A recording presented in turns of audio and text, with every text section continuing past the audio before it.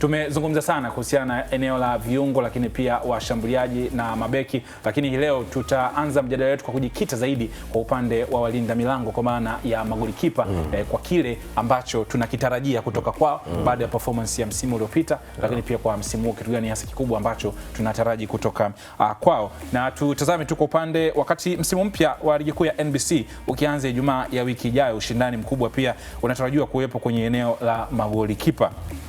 Kwa misimu kadhaa golikipa wa Young Africans Djigui Diarra amekuwa akifanya vizuri kwenye ligi kuu ya NBC na kuwa darasa ama kipimo cha walinda milango wengi wanaokuja hapa nyumbani Tanzania. Hata hivyo, kwa misimu miwili mfululizo Diarra amekuwa akipata ushindani kutoka kwa magolikipa kadhaa. Msimu uliopita golikipa wa TRA United Jean Amonome na Yona Amos ambaye alikuwa katika kikosi cha Pamba Jiji ni miongoni mwa magolikipa ambao walionyesha ushindani mkubwa sana na kujipambanua kwa upande wa ligi kuu hapa nyumbani Tanzania. Msimu juzi Djigui Diarra alikumbana na ushindani mkubwa kutoka kwa aliyekuwa golikipa wa klabu ya Simba Musa Pimpin Kamara ambaye hata hivyo alikosekana msimu uliopita kutokana na majeraha. Tutazame sasa namna ambavyo eneo hili la magolikipa jinsi lilivyo kabla kwenda kutazama ile orodha ya magolikipa ambao tunataraji watakuwa na kitu cha ziada kwa msimu unaofuata. Godlisten ni muda kama ambavyo hapa nilikuwa napita au nilikuwa nawapitisha, inaonekana kipimo cha ubora wa magolikipa hapa nchini kwa sasa ni Djigui Diarra. Ni sahihi tukisema hivyo? Of course 100%, asilimia 100, kwa sababu tunapozungumza kipimo ama tunasema SA unit ya eneo fulani kwenye ligi bora kama ya kwetu, katika zile ligi 10 bora hata 12 bora ambazo zinapeleka timu 4 michuano ya Afrika, lazima uzungumze position ile amekuwa na effect kwa kiwango gani kabla yake na baada ya kuingia kwake, effect yake ya moja kwa moja imekuwa ipi kwenye timu. Unajua tunasema dunia nzima kila klabu ambayo imewahi kufanikiwa kwa kiwango fulani, especially mafanikio ya mataji ama mafanikio ya ukuaji wao katika standard ya soka lao, goalkeeper ana pati kubwa sana ya kuwavusha, kuwafikisha kwenye malengo makubwa sana ya kitimu. Timu zote duniani ukizigusa zilizowahi kupiga hatua, lazima utagundua walikuwa na standard ya juu sana ya goalkeeper. Liverpool waliokosa Champions League kwa sababu ya makosa ya Karius. Mawili yale, gol la Gareth Bale, gol la Benzema. Wamekwenda Roma wakachukua Alisson Becker, kawapa ligi, kawapa Champions League, ka standardize kila kitu. Alafu ukishakuwa na goalkeeper bora anavutia baadhi ya signings za positions zingine ndani ya kiwanja, sikwambie mtu. Kwa sababu utakapoanza kutaja project yako kwa mchezaji mpya unaotaka kumsajili, alafu majina makubwa likianza na la golikipa, tayari hii ni timu ambayo imetimia. Manuel Neuer Bayern katika ubora, Van der Sar Manchester, Lehmann sijui akina Seaman Arsenal bora ile. Kwa hiyo Iker Casillas, angalia Madrid yote bora, una national team ya Spain bora, Casillas ilikuwa lazima umtaje. Italia na Buffon, unajua kama unakumbuka vizuri. Kwa hiyo ni eneo ambalo kwangu mimi huwa naamini ndio eneo la kwanza bora ambao usajili unapaswa kufanya. Unajua kabla ya kuingia Young Africans Djigui Diarra, sawa, inawezekana eneo kubwa la timu lilikuwa haliko stable, hawakuwa na quality ya kutisha. Ndo wakati Simba anachukua mara 4 mfululizo. Wakati huo of course wana struggle maeneo mengi, lakini pia eneo la goalkeeping pia halikuwa stable. Akina Klaus Kindoki hao ndo walikuwa wanaingia, si kesho utaona Metacha, kesho kutwa Faruk Shikalo. Lakini alivyoingia Djigui Diarra ndio Yanga imestabilize mataji 5 ya ligi, sijui ashacheza robo finali ya Champions League dhidi ya Mamelodi, wameshafika finali ya kombe la shirikisho, kwa sababu uti wa mgongo wa timu tunapozungumza una watu kama 5 hivi ukitoka golini mpaka golini. Yaani ukiuchora huyo uti wa mgongo hapo tunasema ni hiyo vertical channel. Unamgusa goalkeeper, unagusa center back wawili, unagusa kiungo wa ndani, unagusa kiungo wa mbele yake pamoja na striker. Kwenye mbawa huku fullbacks na mawinga inakuwa eneo lingine la kuya complement timu ambayo inapaswa kutimia. Kwa hiyo na Godlisten, hapo kuna eneo ambalo umemgusa Djigui Diarra na standard ya mashindano ya kimataifa. mfano msimu uliopita kwenye mechi ile ya Algeria na JS Kabylie ile 0-0. Yeah. Yaani ulikuwa unasema Yanga ameondoka na ile alama moja kwa sababu ya Djigui Diarra. Very sure. Wakati timu inarudi, mchezaji aliyokuwa anaimbwa na kila mtu aliona kwamba tumepata hii pointi moja ugenini. Ni kwa sababu ya Djigui Diarra. Alikuwa na form nzuri sana kwenye ile game. Very sure Kasuga. Na ndio nilikuwa nakuja kwamba ukitokea hapo unakuja kujiuliza katika zile sifa za mchezaji anayepaswa kucheza kwenye ligi yetu. Kama ambavyo rais wa TFF Wallace Karia amekuwa akisisitiza mara kwa mara. Tunarudi kwenye ile sifa namba moja. Je, anapata national team call up? Anaitwa kwenye timu yake ya taifa. Sasa Diarra hajaishia tu kuitwa Mali, ndio regular starter kwenye kikosi kinachoanza. Ameingia Tom Saintfiet pale anacheza. Kocha gani yeyote anayeingia Mali anacheza. Kwa hiyo ni national team material. Tena katika yale mataifa 10 bora barani Afrika kwenye renki za ubora wa mataifa, Mali wapo kila mwaka. Wanaingia. Ni top nation kwenye habari ya soka la Afrika. Anaanza yule Djigui Diarra. Lakini sasa tunarudi kwenye matukio ambayo ama moment ambazo unamhitaji Diarra kusimama kama kiongozi wa timu. Unajua Diarra havai kitambaa cha unahodha. Anavaa Eza Bakari Nondo, anaweza akavaa Dickson Job. Kuna muda hata Juki Abuya kashavaa. Si ndio? Katika nyakati hata Aucho aliwahi kuvaa katika nyakati tofauti. Lakini uwezi amini kitambaa anaweza akavaa Bakari Nondo au Dickson Job au Aucho au sijui Juki Abuya, lakini unajua Diarra ni miongoni mwa manahodha ambao hawavai vitambaa. Yani hawa mimi nawaitaga ni demonstrative leaders. Yani ni aina ya viongozi ndani ya kiwanja wanaoongoza kwa action zao. Yale matendo yao tu ndani ya kiwanja, sababu Diarra ana uwezo mzuri sana wa kuzungumza na defense. Na ndio maana leo tutakuja kurudi kwenye mjadala wa kipi ni bora, clean sheet ama saves. Utakuja kugundua goalkeeper ana asilimia nyingi za kusababisha asishambuliwe kupitia arrangement anayoifanya defense yake, kupitia organization kubwa anayoifanya defense yake, the way ambavyo anaweza akafoka, the way anavyoweza kukumbusha majukumu.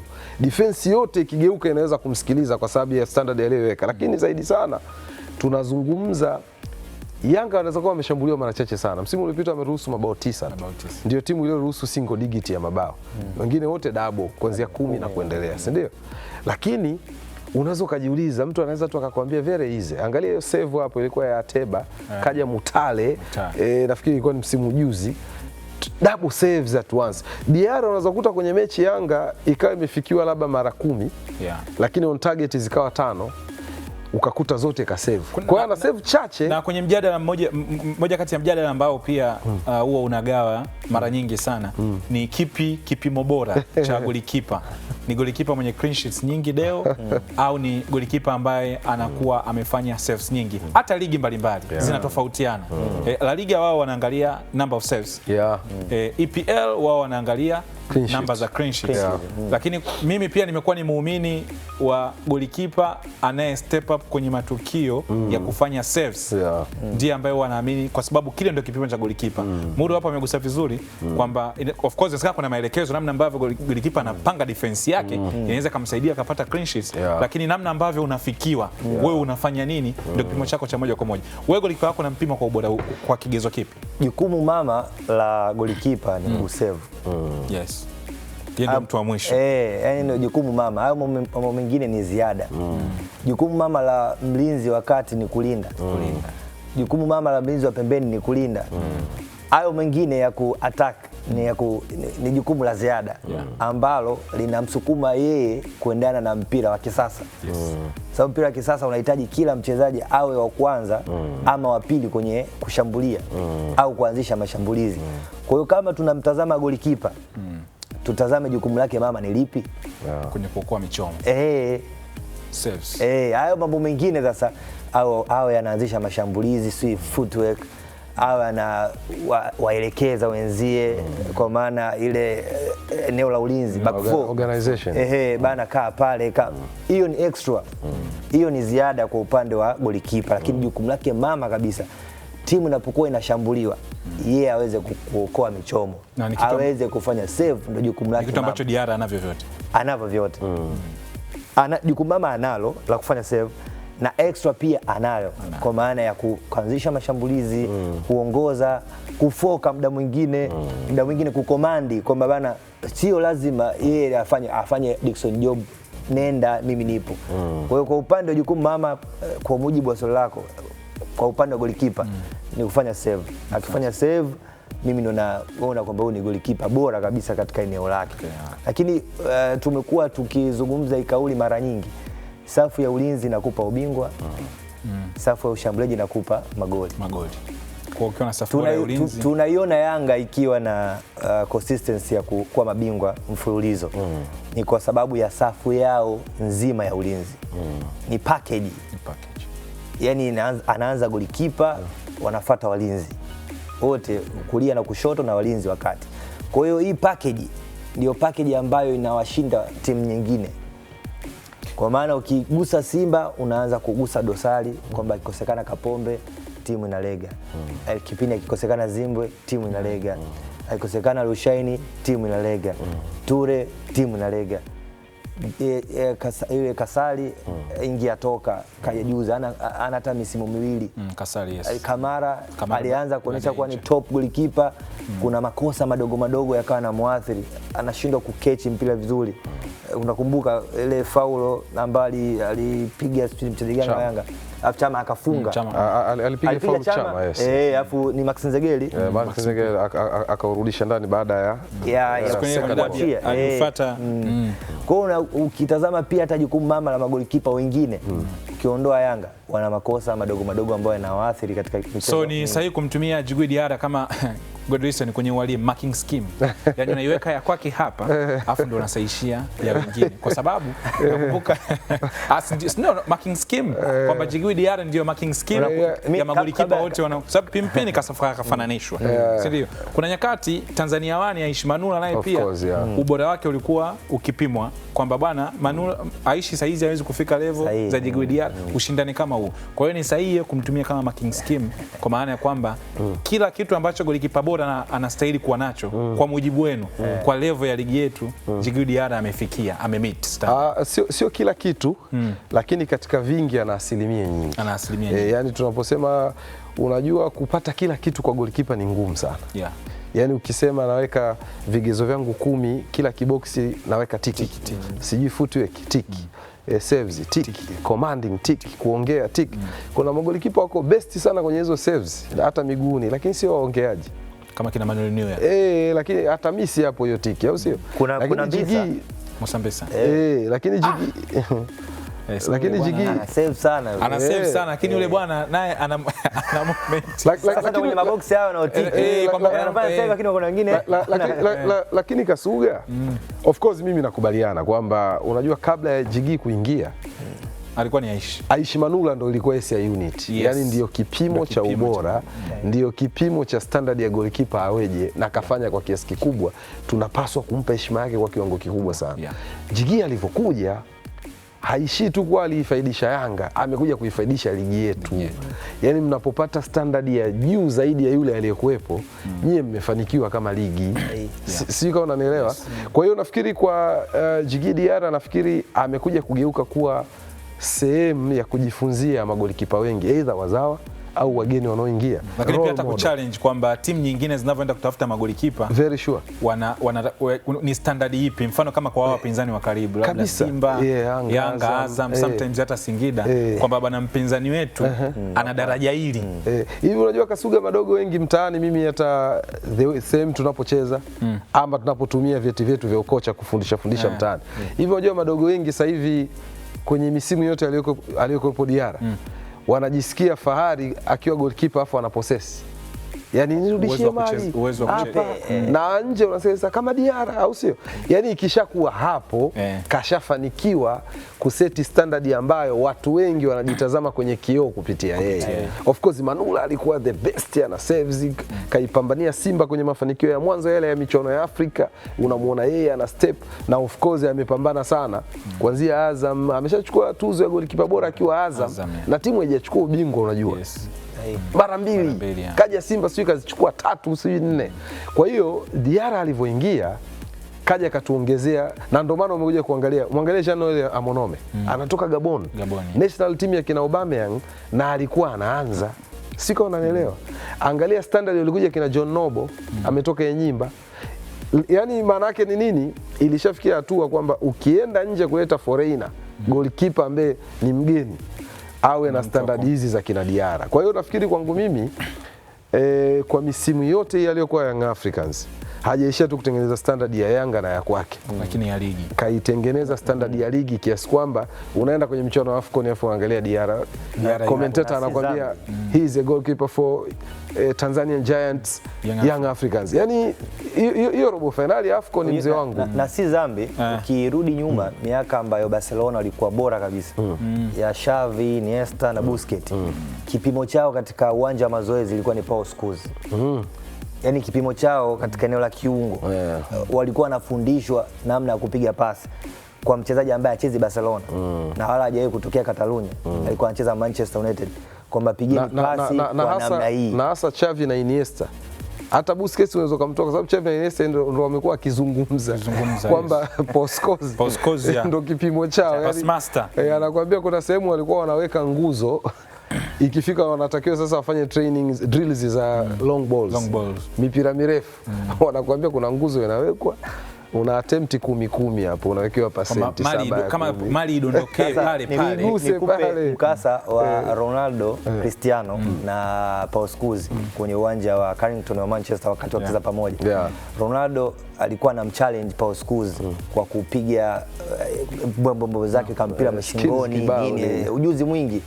Paul Scholes akamwambia haya, wewe ushafanya vitu vyote hivyo, naweka mpira hapa napigisha pale kwenye mwamba ya kwanza, challenge za ya pili, ya tatu, ya nne, ya tano, hayafanya wewe. Na Paul Scholes of course kwenye kupiga pass no doubt alikuwa ni master, hasa zile pinpoint, yani inapigwa pale pale ulipo. Paul Scholes alikuwa na uwezo wa kupiga pasi na ikafika. Lakini mjadala ulikuwa ni kwa upande wa magolikipa. Tutazame sasa orodha ya magolikipa wa upande wa NBC Premier League kwa msimu unaofuata, ambao tunaamini wanaweza wakachallenge au watakuwa na kitu cha ziada, na tutajadili hapa yupi ambaye tunategemea anaweza akawa yupo na msimu mzuri zaidi au anaweza aka challenge. Na miongoni mwa magolikipa au golikipa mwingine ambaye yupo ni anatoka ndani ya klabu ya Young Africans yenyewe kwa maana ya Abutwalib Msheri. Tutazame orodha hii ya magolikipa kwa upande wa msimu ujao wa NBC, ambapo tunaye mwenyewe Djigui Diarra miongoni mwa magolikipa ambao wanatarajiwa watakuwa na msimu mzuri.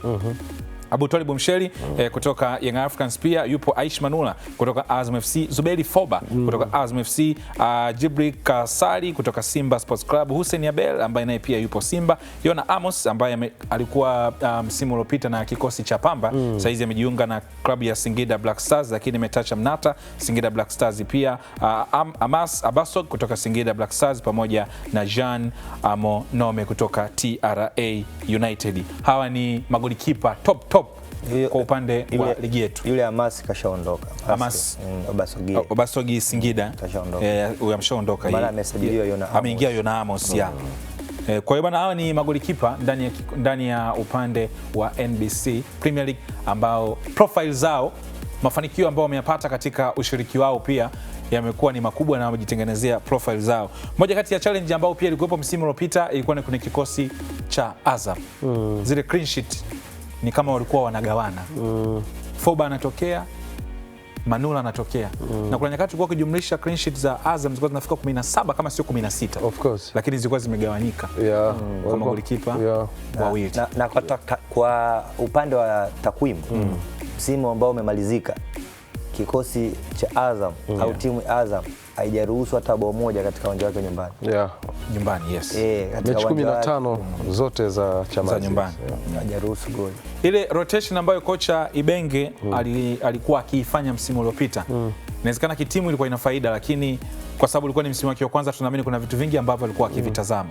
Kwa msimu huu mpya ambao tunaenda kuanza, matarajio yako ili hizi challenge ambazo watu wamekuwa wanazitoa kwa upande wa magolikipa, unaona anaweza akastick na moja au unaona challenge inaweza kaendelea kutokana na ubora wa magolikipa waliopo, kwa sababu tunamzungumza Foba na Manula, bado kuna Fofana pia. Yes, unajua sababu namba moja ambayo ilimshtua Ibenge na kuanza kuona sasa nifanye trial and errors majaribio na kukosea mpaka nione nani atakuwa best kwangu. Sio kwamba Ibenge amjui Manula. Kakutana naye tangu akiwa na Association Sportive Vita Club. Amekutana na Manula akiwa na RS Berkane dhidi ya Simba, kama unakumbuka, kwenye group moja walikuwa na Asek na Jenda Marie ya kina Debayo ile.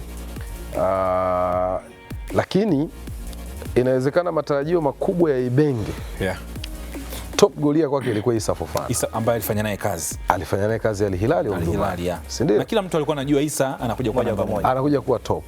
Lakini sasa bahati nzuri katika football hasa hii ya kisasa, mimi kama kocha, mimi siwezi kukubali na mpanga Kasuga tu kwa sababu ni mshikaji wangu ni haribu career yangu.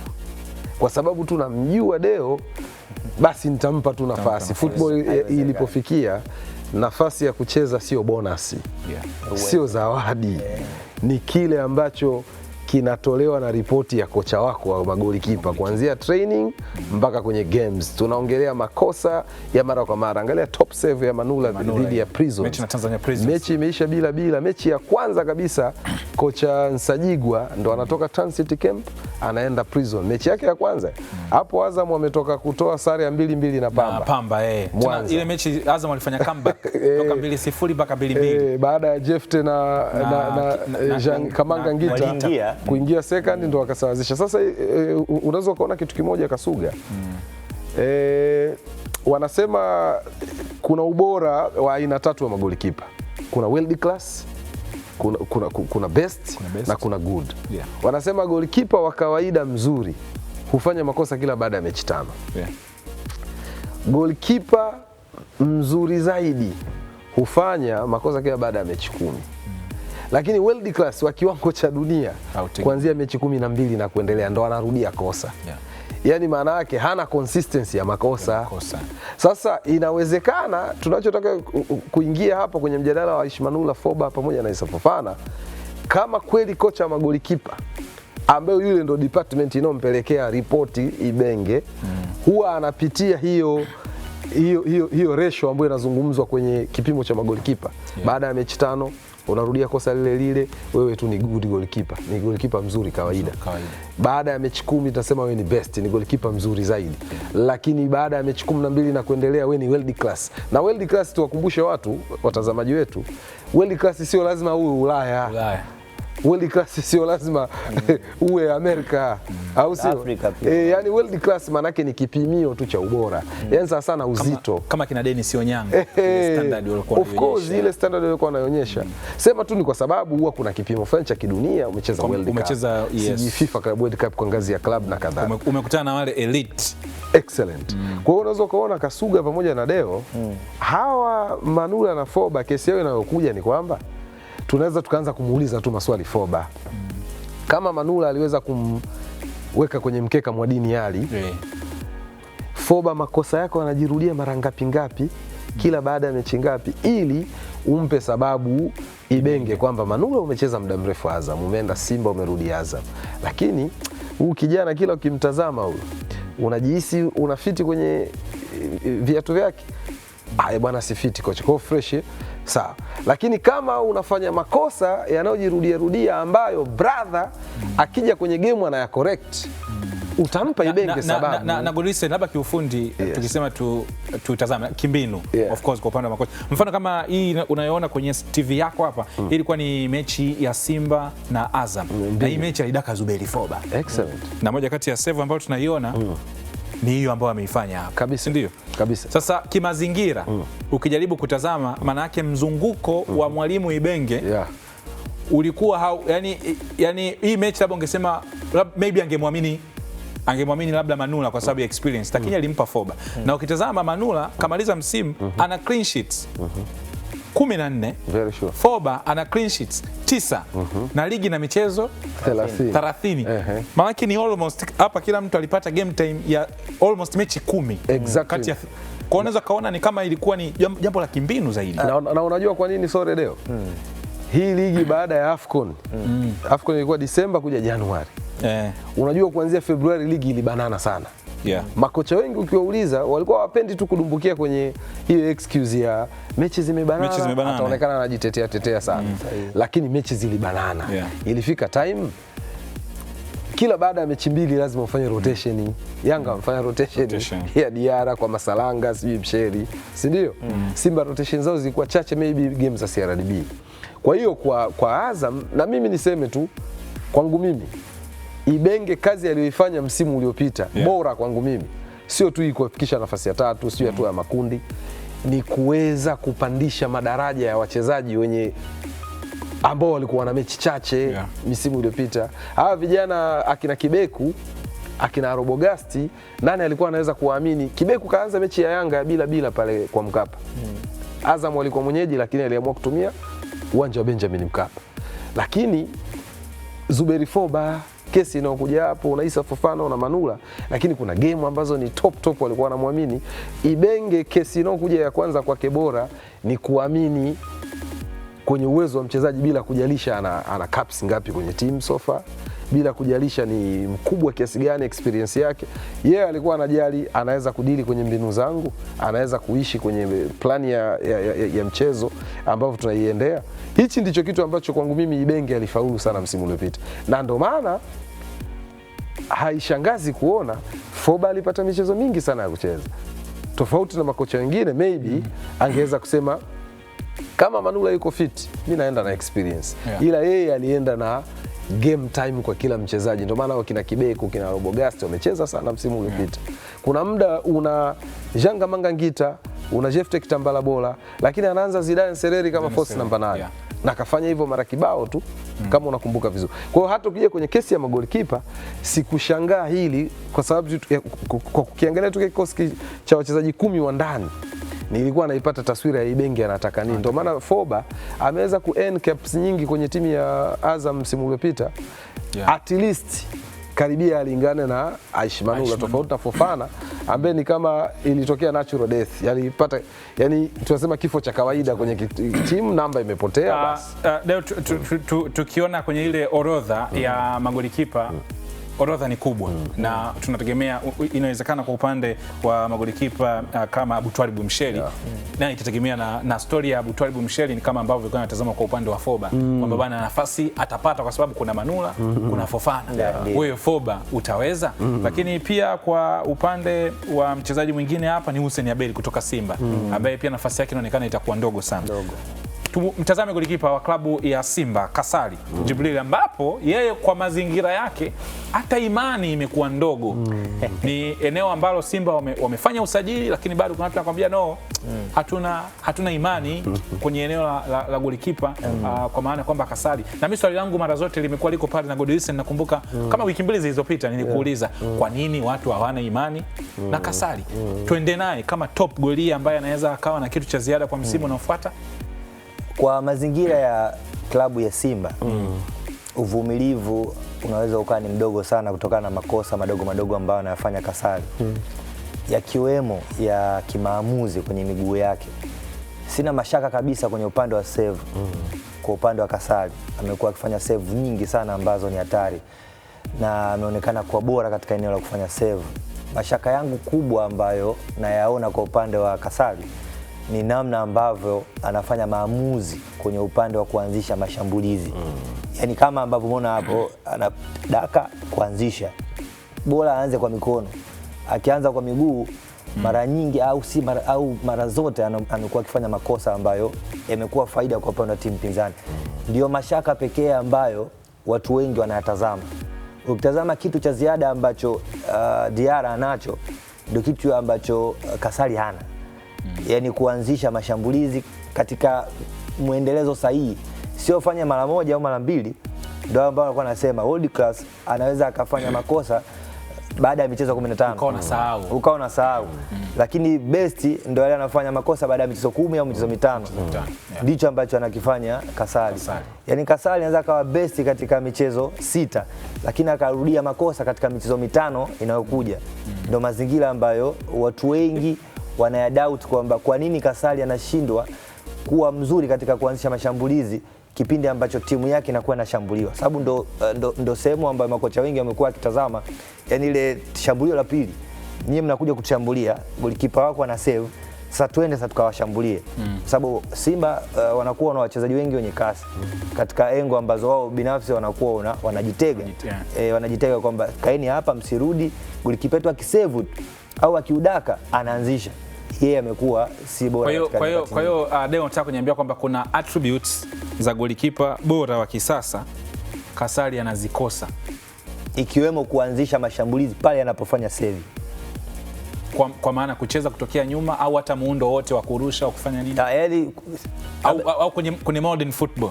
Yaani katika makosa ambayo yanatazamwa zaidi ni pale anapofanya saving kwenye kuanzisha. Unajua kuanzisha ukiwa katika comfortable zone ni rahisi, kwa maana mabeki wako unawaona wale pale, unaanzisha mpira, unampasia labda Ture, unampasia Rushaini. Ile ni very simple. Yaani swali langu kwenye kuanzisha ni kwamba lile jicho lake la kwamba either anavyorusha kwenda sehemu au anavyoanzisha kutokea chini mguuni, kwa sababu football si inabadilika. Kuna magolikipa ambao wao huwezi kumwona akianzia chini, akidaka atatafuta, atabutua au atarusha, lakini kuna mwingine hata akidaka ataudondosha, ataanza kama Diarra vile, atashika mali, ataangalia, atadondosha au atapiga long ball kwenye. Sasa yeye ni eneo gani ambalo ana miss kwenye kuanzisha kutokea miguuni au timing ya matukio yake yote baada ya kukaba? Kuanzisha kutokea miguuni ndio changamoto kubwa ya Kasali. Hivi mimi naomba ni challenge issue ya Kasali, sio kwamba amekosa umashuhuri tu, yani kwamba Kasali unajua kuna ile unafika afu unakosa umashuhuri, a first impression ya watu kwako inakuwa ni ubaya. Nafikiri sio kwamba kuna umashuhuri kaukosa. Unajua Kasuga iko vipi? Maybe watu ni wageni wa michuano mbalimbali ya Afrika. Bahati nzuri hapa Azam TV tumekuwa tukionyesha games nyingi sana za Afrika, kuanzia Chani, Afcon, michuano ya Champions League, sijui kombe la shirikisho na kadhalika, sio? Unajua Kasali mimi nimeanza kumfuatilia vema akiwa na national team ya Niger. Au wengine wanaitamka Niger, lakini Kifaransa wanatamka Niger. Pale yeye ndo Niger number 1, unajua ndio golikipa namba 1 wa taifa la Niger, na amecheza katika nyakati bora. Huyu amewafikisha nusu finali ya CHAN 2023 kama unakumbuka. CHAN ambao alichukua Senegal ya kocha Pape Thiaw kabla hajapandishwa kwenda kuchukua mikoba ya Aliou Cisse.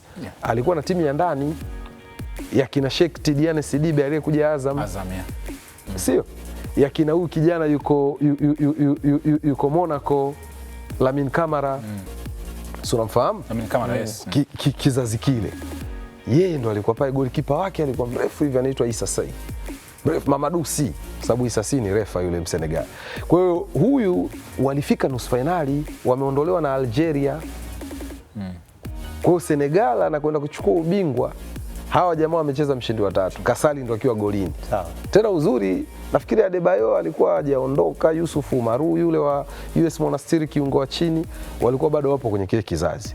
Kwa hiyo kama ulimfuatilia Kasali katika ukuaji wake na involvement yake kwenye timu ya taifa ya Niger, mimi wakati anasajiliwa nilisema katika kile kigezo cha kupata national team material kwenye vilabu vyetu, kama mojawapo wa vigezo muhimu kwa vilabu vyetu tunapoleta foreigner, awe ana uwezo wa kupata caps kwenye national team. Huyu sio tu kupata caps, ndio anategemewa Niger kama golikipa namba 1.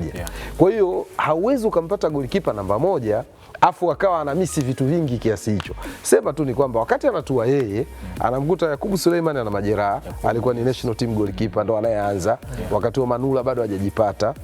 Unamkuta Pinpin Kamara alisha set standard, ikafika na timu mpaka finali ya kombe la shirikisho la Afrika, lakini kuna kitu alishawaonjesha watu.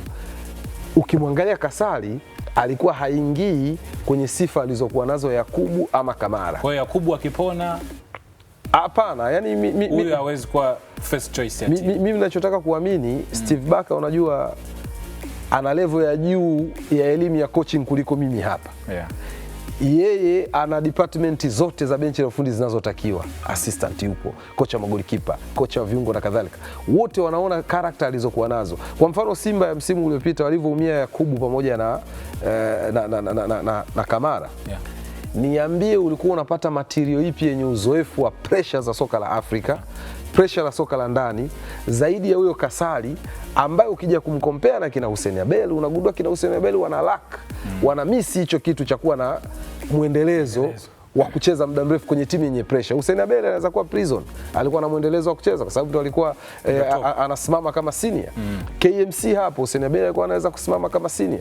Lakini sio kwa Simba na pressure hii ambayo unamuona anapata caps chache za kucheza.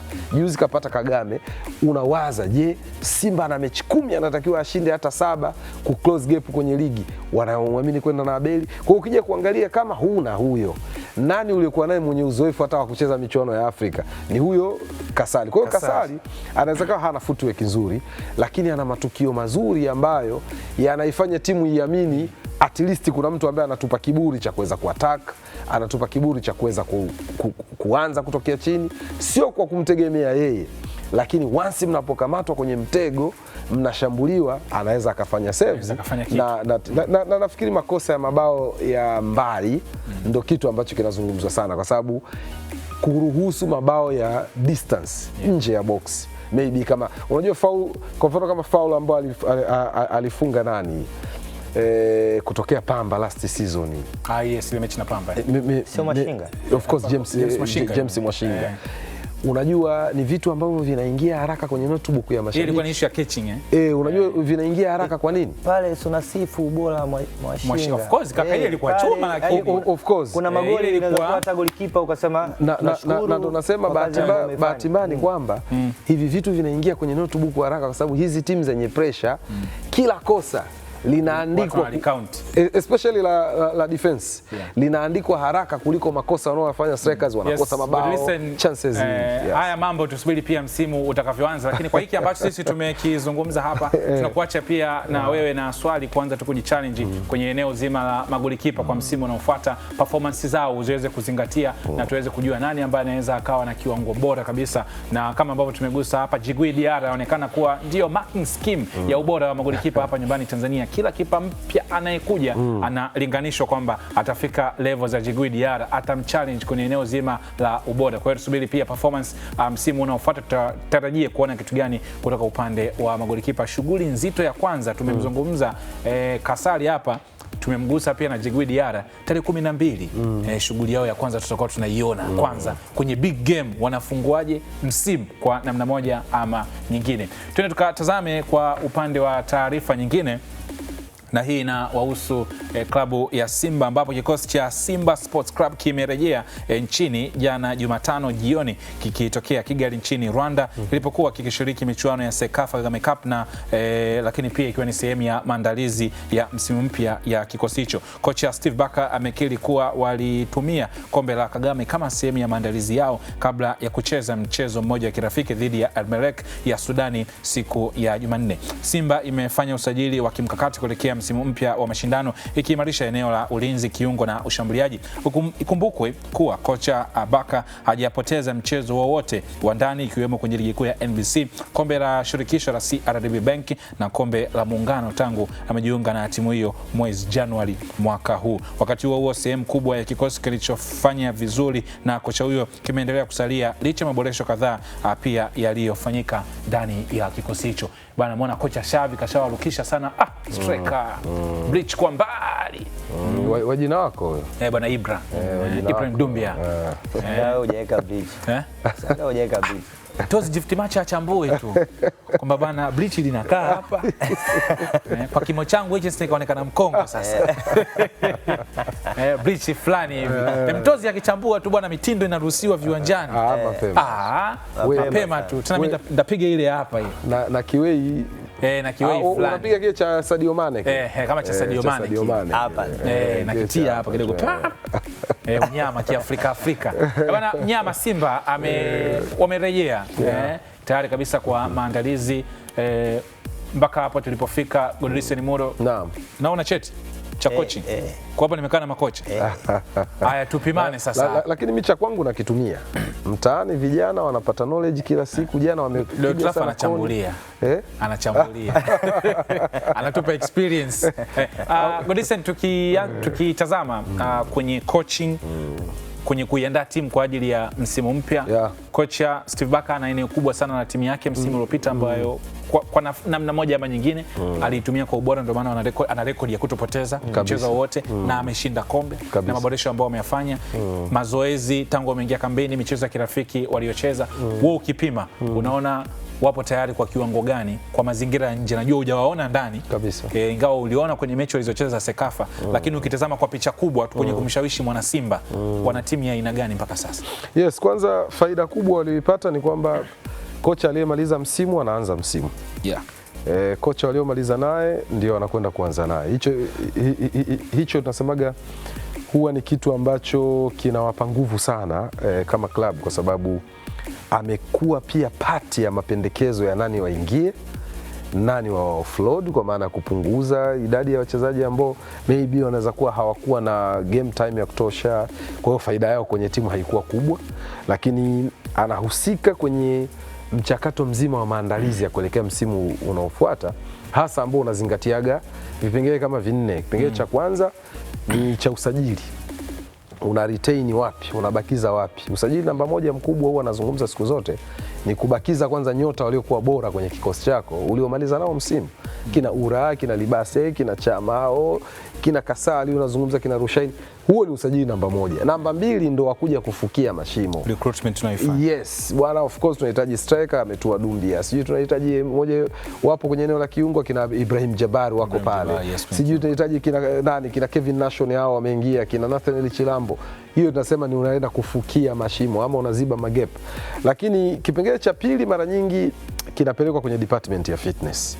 Kocha wa fitness, kocha wa physique anakwenda kuandaa conditioning ya misuli ya wachezaji, utimamu wao, endurance, uwezo wa kustahimili kwenye mchezo, wanateseka. Na nafikiri hiyo ndiyo pati ambao wachezaji wengi hawaipendi. Nimeshazungumza na wachezaji wengi wa level ya senior, wanasema eneo asilolipenda na ni la muhimu na ndo essential.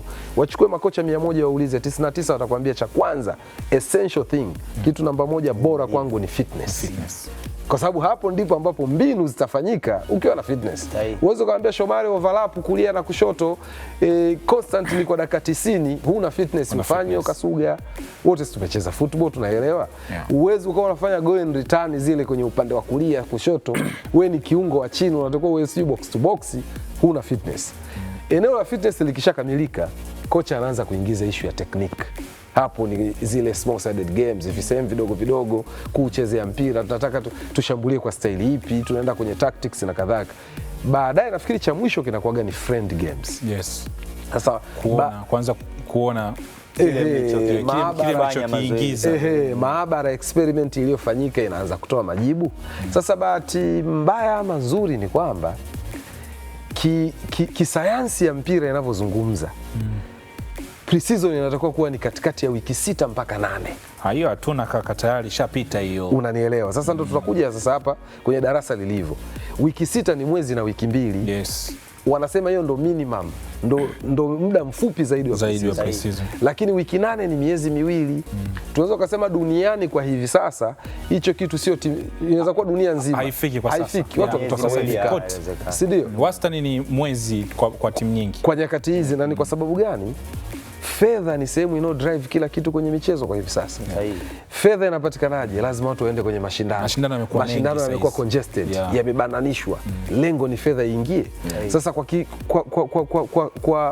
kwa muktadha huo, manake ni kwamba level ya pre-season inapungua, lakini ndio maana utakuja kushangaa watu wanasema mbona timu haijatimiza kile kipindi cha pre-season wameanza kucheza mechi? Ni kwa sababu sayansi hiyo inakuja kukushauri kwamba unaweza ukabananisha hizo wiki ambazo ulikuwa umeziandaa ndani ya muda mfupi. Na ndio wale hii Kasuga na Deo hatukimbizani tena uwanja mzima. Mimi naweza kukupangia tu koni ya mita 3-3, uwe mchezaji akachoka kuliko hata aliyekimbia uwanja mzima. Kwa hata hiyo pre-season ya wiki 6 mpaka 8 unaweza ukaibananisha kwenye wiki 3, 4, 5 na bado ikakupa faida. Itategemea nini unakihitaji kutoka hapo. Kwa hiyo kutokea hapo kwangu mimi ninachokiona, fitness nimeiona. Fitness juzi hapa kwenye michuano ya Kagame, of course kila mchezaji unamuona ana enjoy. Mchezaji ili ya enjoy ndani ya kiwanja na unamuona kabisa body language yake, lazima awe na fitness. Yale madude wanafanya kina Messi, kina Gaucho, sio kina Cristiano, huna fitness huwezi kuenjoy ndani ya kiwanja. Kwa hiyo hicho of course nimekiona.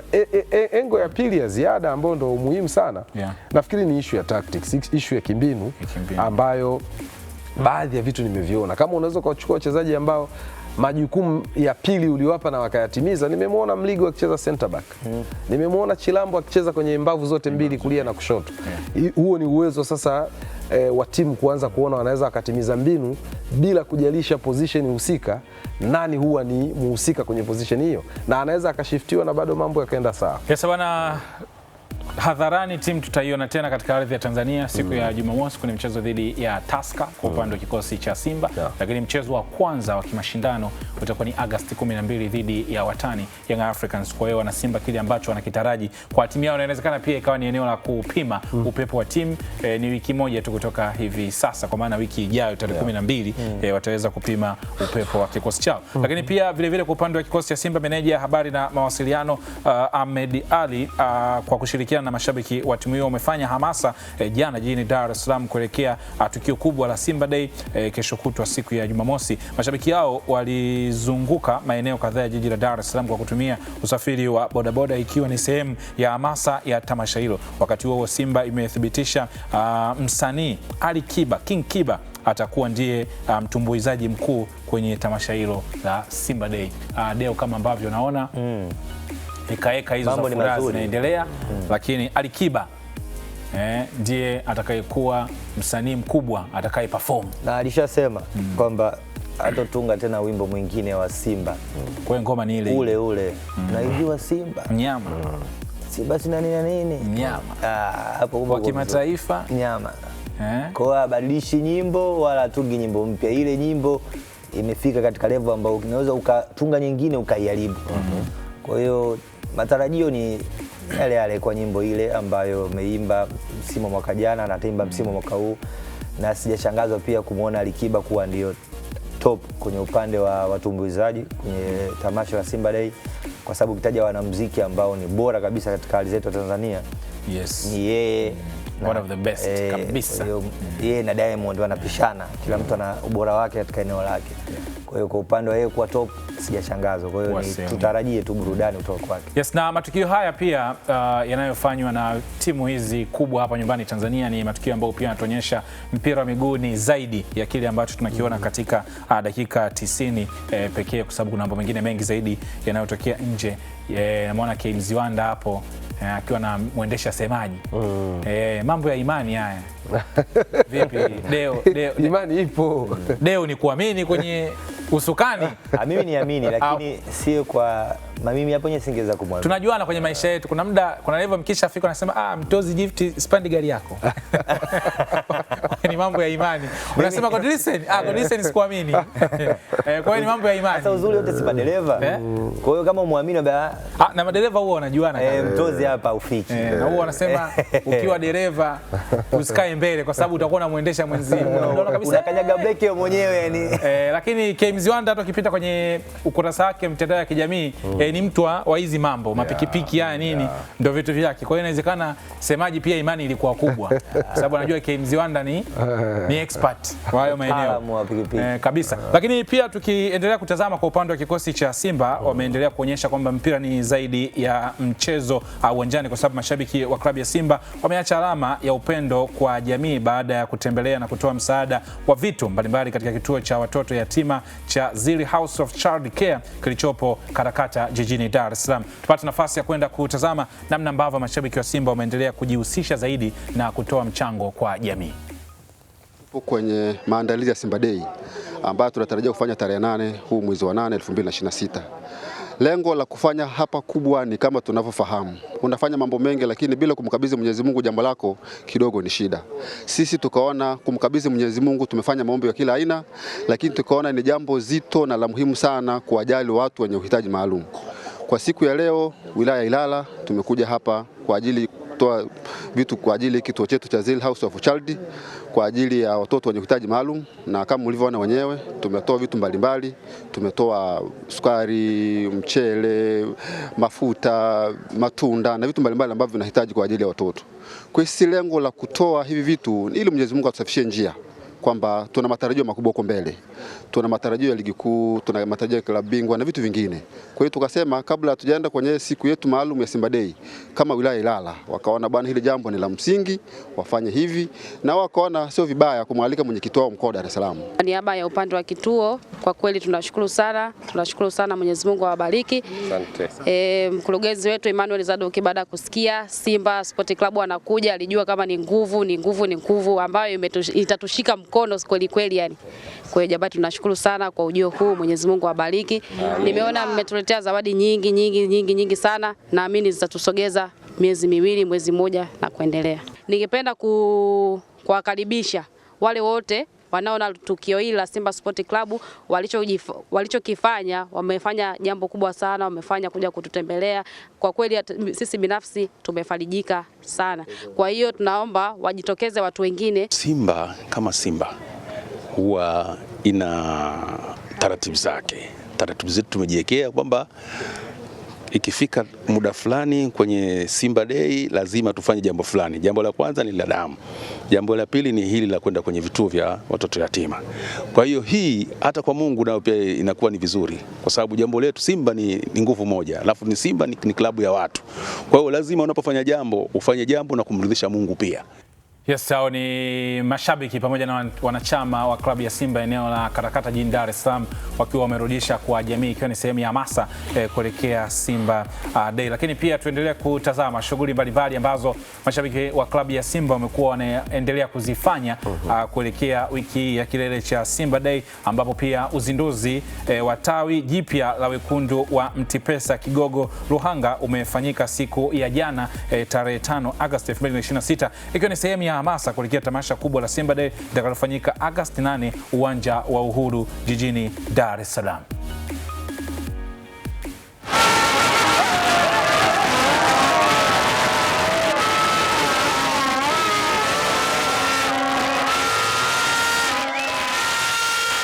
Yes, tunaomba radhi kwa taarifa hiyo kutokana na sauti kutokuwa vizuri, lakini hilo ni tawi la Mtipesa Kigogo Ruhanga, namna ambavyo walikuwa wanazindua tawi lao hapo jana.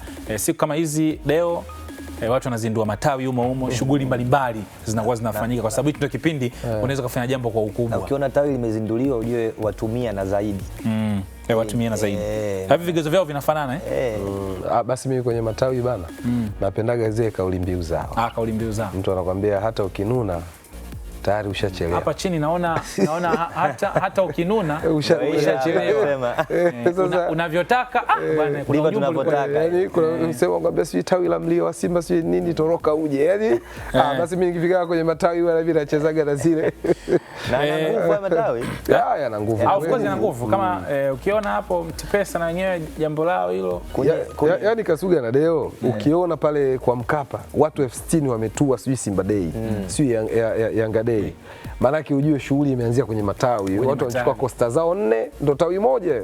Sasa ikiwa matawi 150, ndio maana Benjamin Mkapa City 1060 huwa zinajaa wakiwa ni mashabiki pamoja na wanachama wa hivi vilabu. Tunaungana na mgeni wetu msemaji wa kikosi cha Polisi Tanzania Frank Lukwaro aweze kutujuza hasa namna ambavyo mambo yao yanakwenda kwa upande wa polisi, lakini wanajisikiaje tena kurejea kwa upande wa ligi kuu, nao wamejipanga kwenye mikiki maana huwa inazungumzwa kwamba kupanda ligi kuu huwa ni furaha. Stress ambayo huwa inafuata ni namna ya kumaintain kubaki ligi kuu. Kwa hiyo ataweza kutupa picha kubwa hasa namna ambavyo wamejipanga. Kaka, mambo vipi? Safi kabisa. Karibu sana. Asante sana. Karibu sana viwanjani. Tuwakaribishe tena kwenye mikiki ya ligi kuu.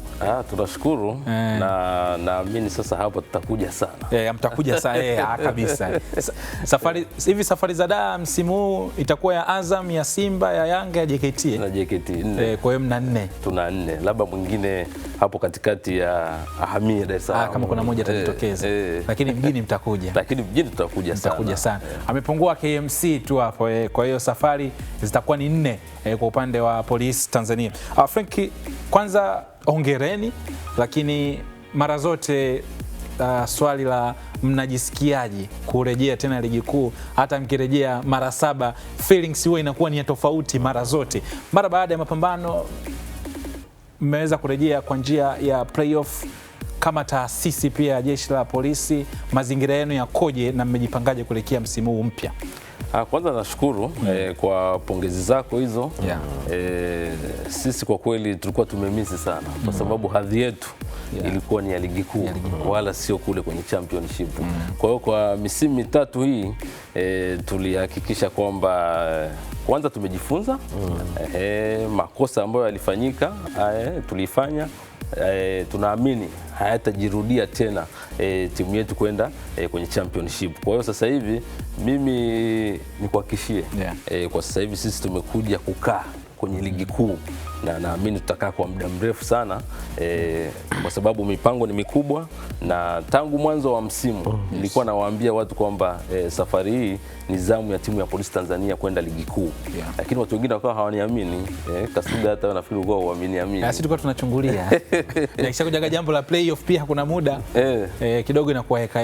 Lakini kwa kweli tumepambana na mipango ilikuwa thabiti ambayo iliwekwa na viongozi wetu katika kuhakikisha kwamba timu inarejea ligi kuu na hatimaye tumefanikiwa. Kwa hiyo tunashukuru sana wadau wakiwemo mashabiki, uongozi wa jeshi wenyewe kwa ujumla ambao ndio wana manage timu kuhakikisha kwamba timu inarejea, lakini pia uongozi wa mkoa wa Kilimanjaro. Unajua tuna ushirikiano mkubwa sana na uongozi wa mkoa wa Kilimanjaro ukiongozwa na mkuu wa mkoa Mheshimiwa Nurdin Babu, lakini wakuu wa wilaya zote pamoja na wakurugenzi wanatupa support kubwa sana kuhakikisha kwamba timu hii imerejea, lakini pia itaendelea kuwepo katika mkoa wa Kilimanjaro. Kwenye mazingira yenu ya Polisi mnarejea ligi kuu na Godlisten kwa misimu ya karibuni hivi, moja kati ya polisi ambayo inakumbuka ilikuwa bora ni pamoja na polisi ya Selemani Matola. Timu ilikuwa ina identity, ilikuwa inacheza vizuri. Tunajua baadaye kina Malaya 50 wakaja, lakini nyakati zile kama nataja kwamba bwana mnashinda kutengeneza timu kwa sababu kuna masuala ya budget, ampambani sana. Matola mwenyewe ile tunajua tunaishi kwenye football, alitumia uzoefu, ushawishi wake kwa baadhi ya wachezaji, ndio maana akatengeneza moja kati ya timu nzuri sana. Kwa kipindi hiki kwenye eneo kwanza la usajili ndilo eneo ambalo sasa hizi linatazamwa, mmejipangaje kuhakikisha kwamba mnatengeneza timu ambayo itakuwa ni bora zaidi? Ni sahihi. Tumerejea, tumekuta ligi iko tofauti sana na tulivyoiacha kabisa. Yaani hatuwezi kukataa huo ukweli kwamba ligi tulivyoiacha ni tofauti na tunavyoikuta. Uwekezaji umeendelea kuwa mkubwa na sisi tunachoshukuru kikubwa mmiliki wa timu mwenyewe ambaye ni Jeshi la Polisi kupitia kwa mkuu wetu wa Jeshi la Polisi afande IGP Camillus Mongoso Wambura anatoa support kubwa ya 100% kuhakikisha kwamba timu inapata kila kitu ambacho inahitaji. Hata usajili ambao tumefanya kwa safari hii ni yeye amesupport, amehakikisha kwamba timu inasajili na inafanya vizuri, na tumesajili wachezaji ambao ni quality. Japo tulikuwa tuna quality ya ligi kuu kipindi tuko championship na bado tumeongeza tena quality ya wachezaji wenye uzoefu ambao tunaamini atakwenda vizuri. Kwa hiyo katika usajili ambazo tumefanya sajili nyingi sana. Tulianza na goalkeeper Beno Kakolanya, tukaja Anwar Jabir, tukaja Ken Ali Mwambungu. Wapo wachezaji wengi, experience ya kutosha. Lakini pia Jafari Kibaya, na jana tu hapa tumemtangaza Habibu Kiomba striker huyu kwa ajili ya kuja kuongeza nguvu. Kwa hiyo niseme, lakini pia tuna goalkeeper wa Zanzibar tumemchukua. Alikuwa timu ya taifa ya Zanzibar iliyokwenda kule Uganda, alikuwa anacheza, lakini kwa Zanzibar ametokea timu ile ya uhamiaji. Kwa hiyo niseme kikosi kiko vizuri na kinaendelea na mazoezi pale pale mkoani Kilimanjaro pre-season yetu, kwa sababu tumepata sisi muda mfupi sana wa kufanya pre-season.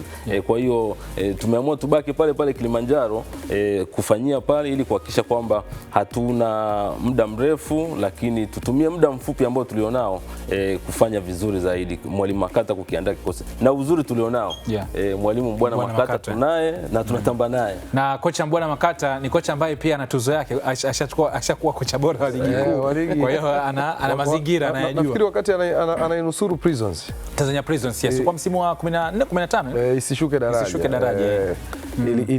ilishangaza sana. Kocha aliyechukua ubingwa nafikiri kwa Simba Hans van der Plyme hivi ilikuwa ni Young Africans, Yanga akampa tena ile. Kocha bingwa wa ligi hakuwa kocha bora, lakini aliyenusuru Prison nafikiri alikuwa na game karibia 9, alishinda karibia mechi 7 sijui na sare 2. Prison ya kushuka ya Mbwana. Na Mbwana ni miongoni mwa makocha bora sana kwenye kuzipandisha timu ama kuzinusuru timu. Yani kwa mfano EPL pale tunazungumza mtu kama Big Sam, yes. Samuel Allardyce, au akina Alan Pardew, akina Tony Pulis, wana standard zao za yani wale wape timu inachechemea mechi 10 za mwisho, au waambie bwana, sikiliza, next season nataka tuende EPL, mpeleke championship, anakuletea timu. Nafikiri Mbwana Makata, Zuberi Katwila, akina Maka, of course Meja Mingange, huyo kabisa, wataalamu sana kuzipandisha timu na uzoefu wake. Nafikiri kesi yao kubwa ni kukimbizana na mambo yaliyobadilika. Nafikiri labda kama nitapata chance ya kumuuliza swali baadaye utaniambia. Muda ndo wewe muulize. Yes, nafikiri Mr. Lukwaro, tangu polisi imeshuka daraja mambo mengi sana yamebadilika. Ligi imepanda sana kwenye standardi za ubora, lakini tunazungumza ile sayansi ya football imekuwa kwa kiasi kikubwa sana. Timu zinasajili kwenye quality ya juu kweli. Nye namba moja, mmejipanga kwa kiasi gani kuhakikisha hamrudi kule, kwa sababu shuruba ya championship mnaijua, lakini namba 2 ni engagement kati yenu nyie na mashabiki. Naamini mkoa wa Kilimanjaro ulimisi timu ya ligi kuu, ulimisi kuona TRA wanashuka, kesho wanashuka Young Africans, kesho Simba, kesho Azam, kesho kutwa Mashujaa, umemisi hicho kitu. Unafikiri ni kesi pekee inayotosha kutengeneza mahusiano ya timu na wananchi wa Kilimanjaro na mikoa ya jirani kama Arusha na kadhalika, ama kuna fakta nyingine ya ziada kati ya nyie Polisi Tanzania na wafuasi wenu wa timu yenu kama eneo la kuwasupport, ukiachana kwamba tumeimisi ligi, tutaenda tu kwa sababu tulimisi mchezo wa ligi kuu? Nje ya hiyo fakta kuna mahusiano ambao of course tena ndo kitengo chako hicho? Ni sahihi. Unajua uwepo wa timu kwanza ya Polisi Tanzania ni utekelezaji pia wa falsafa ya polisi jamii, kwamba wananchi kwa maana ya raia kushirikiana na jeshi la polisi.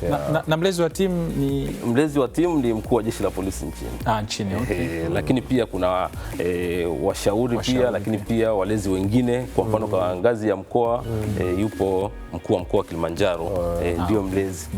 Sasa nikizungumzia kwenye fakta ya kurudi kwa jamii, kwanza timu tunaipeleka kwa wananchi. Timu tunaipeleka kwa wananchi kuhakikisha kwamba watambue kwamba Polisi Tanzania ni mali yao, kwa sababu ndio maana katika timu kuna wachezaji raia na kuna wachezaji askari. Kwa pamoja na kwamba ni timu ya jeshi la polisi, lakini pia mle ndani kuna raia ambao wamepata ajira, wanaongeza kipato, na tunaendelea kukuza ushirikiano na wachezaji wengine ambao tulianza nao mpaka kwenye under 20 walikuwa ni raia, wamefanikiwa wakapata na ajira ya kudumu ndani ya jeshi la polisi. Ukimzungumzia kapteni wetu wa sasa hivi Dennis Kasbet Mushi, alikuwa ni raia, tumeanza naye tangu akiwa ni mtoto wa miaka 18, anacheza under 20 mpaka akapandishwa na akapata na ajira baada ya kutimiza vigezo. Kwa hiyo niseme timu tunarudisha kwa wananchi, na ndio maana hata siku ya Jumatatu tutakuwa na sisi na siku yetu. Jumatatu tutakuwa mna tamasha 10. Tumeacha hawa wakubwa hawa wakongwe wapite, alafu sisi Jumatatu tuna shughuli yetu pale mkoani Kilimanjaro, na hii ile jambo ambalo wanasema kwamba ushirikiano wetu na jamii, hili sasa limeandaliwa na jamii. Sisi la kwetu hatujaliandaa sisi wenyewe, tunashirikiana na ofisi ya mkuu wa mkoa, wakuu wa wilaya wote, na hata kamati nzima ile inaongozwa na mkuu wa wilaya ya Moshi mjini. Ndio anaongoza kamati hiyo ya kuhakikisha kwamba jambo hili linafanikiwa. Sisi polisi tupo tu kama oversee, lakini timu ni ya kwao, tumewakabidhi, wanatuhakikishia kwamba siku ya Jumatatu pale tunakuwa na mambo mengi, burudani, mechi ya kirafiki, tunacheza na Combine ya pale Kilimanjaro. Lengo kubwa ni kuhakikisha kwamba wananchi wanawafahamu wachezaji wao, wanajua malengo yetu, wanajua kwamba sasa tumesharejea, na walikuwa, kwa sababu unajua ukishashuka kuna watu wengine hawafuatilii hawafuatilii championship. Kuna watu wengine asilimia kubwa hawafuatilii championship. Watu wanapenda wakiona huko katika ile grade ya juu. Na sisi tushafika huko sasa. Sasa nataka tuwaambie kwamba tayari tushafika. Japo kuna jambo moja ambalo tu walikuwa wanakuwa na wasiwasi labda kama timu inaweza kahama, lakini timu haiwezi kuhama. Ni mechi mbili tu ambazo tunatarajia tutacheza kule Sheikh Amri Abeid. Kwa sababu uwanja wetu ulikuwa haujakaguliwa bado. Unajua sisi ushirika. Kwa sababu unajua sisi tumechelewa kumaliza ligi. Tulikuwa tunacheza ile playoff na nini. Kwa hiyo uwanja wetu haukukaguliwa katika viwanja ambavyo vinapaswa kuchezewa ligi kuu. Kwa hiyo sasa kuna maboresho ambayo tumeelekezwa tuyafanye ili kuhakikisha kwamba uwanja unakizi. Na hiyo kamati ambayo inaongozwa na mkuu wa mkoa na kusimamiwa pia na mkuu wa wilaya ndio ambayo inaratibu mambo yote kuhakikisha kwamba uwanja wa Ushirika Moshi unakuwa katika ubora unaotakiwa. Na hatimaye baada ya mechi mbili na mbili za ugenini tunarejea nyumbani, wana Kilimanjaro wanaishuhudia Polisi Tanzania, wanashuhudia burudani na wanaona kabisa kwamba ni timu ambayo ni ya kwao wenyewe. Mimi huwa nasema hii ni timu ya Watanzania wote, kwa sababu Polisi Tanzania ukienda Kigoma, ukienda Iringa, ukienda Dar es Salaam, ukienda wapi, kote unawakuta. Na sisi tupo na mashabiki wapo. Na Frank, kwenye eneo la kuirudisha timu na wanajamii kuhisi timu ya kwao, ni mbinu gani ya kimkakati ambayo mnajaribu kuitumia? Kwa sababu tunajua majeshi kwenye hizo level tofauti tofauti, hizo kamandi tofauti tofauti, mmekuwa mna timu. Tunajua JKT ipo timu, Mashujaa kule tunajua wana timu, na nyinyi pia upande wa jeshi la polisi Tanzania Prisons pia. Tanzania Prisons. Lakini mara nyingi watu wakiziona hizi timu ni timu za taasisi. Hata Prison kuna kipindi nakumbuka alikuwa akiama, lakini bado watu walikuwa hawafeel kama timu ya kwao licha kwamba wanakuja. Kuna hicho ambacho umekizungumza. Sasa ni mbinu gani au njia ipi ambayo mnaamini hii itafanya watu wa mkoa wa Kilimanjaro waseme hii sio timu ya taasisi lakini ni timu yetu? Kwanza tuna mpango wa kuhakikisha kwamba tunakuwa na kitu kwa mashabiki. Yani pamoja na kwamba kila mtu ni shabiki, lakini kuna wale pase ambao tutahakikisha kwamba hawa wanakuwa wanasapoti kitu fulani, lakini pia wanakuwa na kauli katika jambo fulani. Kwa hiyo huo mpango upo unaendelea kuratibiwa, na ukishakamilika tutawatangazia. Lakini pia hata ukiangalia baada tu ya timu ya Polisi Tanzania kupangiwa kwamba itacheza Kilimanjaro, malalamiko yaliyojitokeza kwamba mbona timu yetu tumeipandisha sasa mnaipeleka Arusha, inaenda kuchezea Arusha na sisi tulitarajia itacheza hapa, ni kiashirio tosha kwamba hii timu wanatambua kabisa ni ya kwao. Na nguvu kubwa wamesapoti sana watu wa Kilimanjaro, pamoja na mikoa mingine ambao ni wananchi tu wa kawaida. Tuliona kwenye mechi za playoff watu ni wengi. Huwezi kusema kwamba wale walikuwa ni askari pekee au watu wa vyombo vya ulinzi na usalama. Hapana. Kwa hiyo tunaendelea kuweka mipango mingine mizuri zaidi ya kuhakikisha kwamba tunawashirikisha zaidi, kila mmoja afili kwamba hii ni timu ambayo ni ya kwake. Mtakuwa mna tamasha siku ya Jumatatu tarehe 10. Labda kwa watu wa mkoa wa Kilimanjaro, lakini pia watu wa Arusha ambako jambo litafanyika, na Watanzania kwa ujumla. Mipango imekaaje, ratiba ya matukio? Pia umetaja hapa mechi ya kirafiki dhidi ya Combine, labda na burudani nyingine ambazo zitakuwa, maandalizi yakoje? Jambo linafanyikia Kilimanjaro katika uwanja wa Magereza. Katika uwanja wa Magereza pale, kwa sababu uwanja Karanga pale. Unafahamu vizuri sana. Nyumbani. Karibu na shule yetu pale. Moshi Technical. Kama upande wa pili. Kwa hiyo jambo litafanyikia pale kwa sababu uwanja wa Ushirika huko kwenye maboresho makubwa, na jambo litaanza asubuhi kuanzia saa 3 mpaka saa 6. Kutakuwa na hafla ambayo imeandaliwa na mkuu wa mkoa wa Kilimanjaro na wadau wengine wote kwa ajili ya kufanya changizo kwa ajili ya maboresho ya uwanja wa Ushirika na mambo mengine. Kwa hiyo unaona kabisa jambo wamelichukua.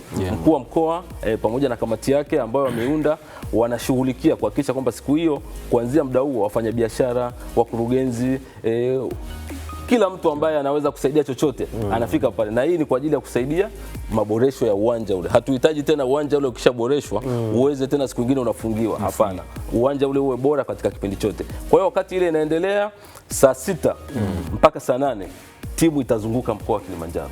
Tutafanya kaparedi kadogo pale.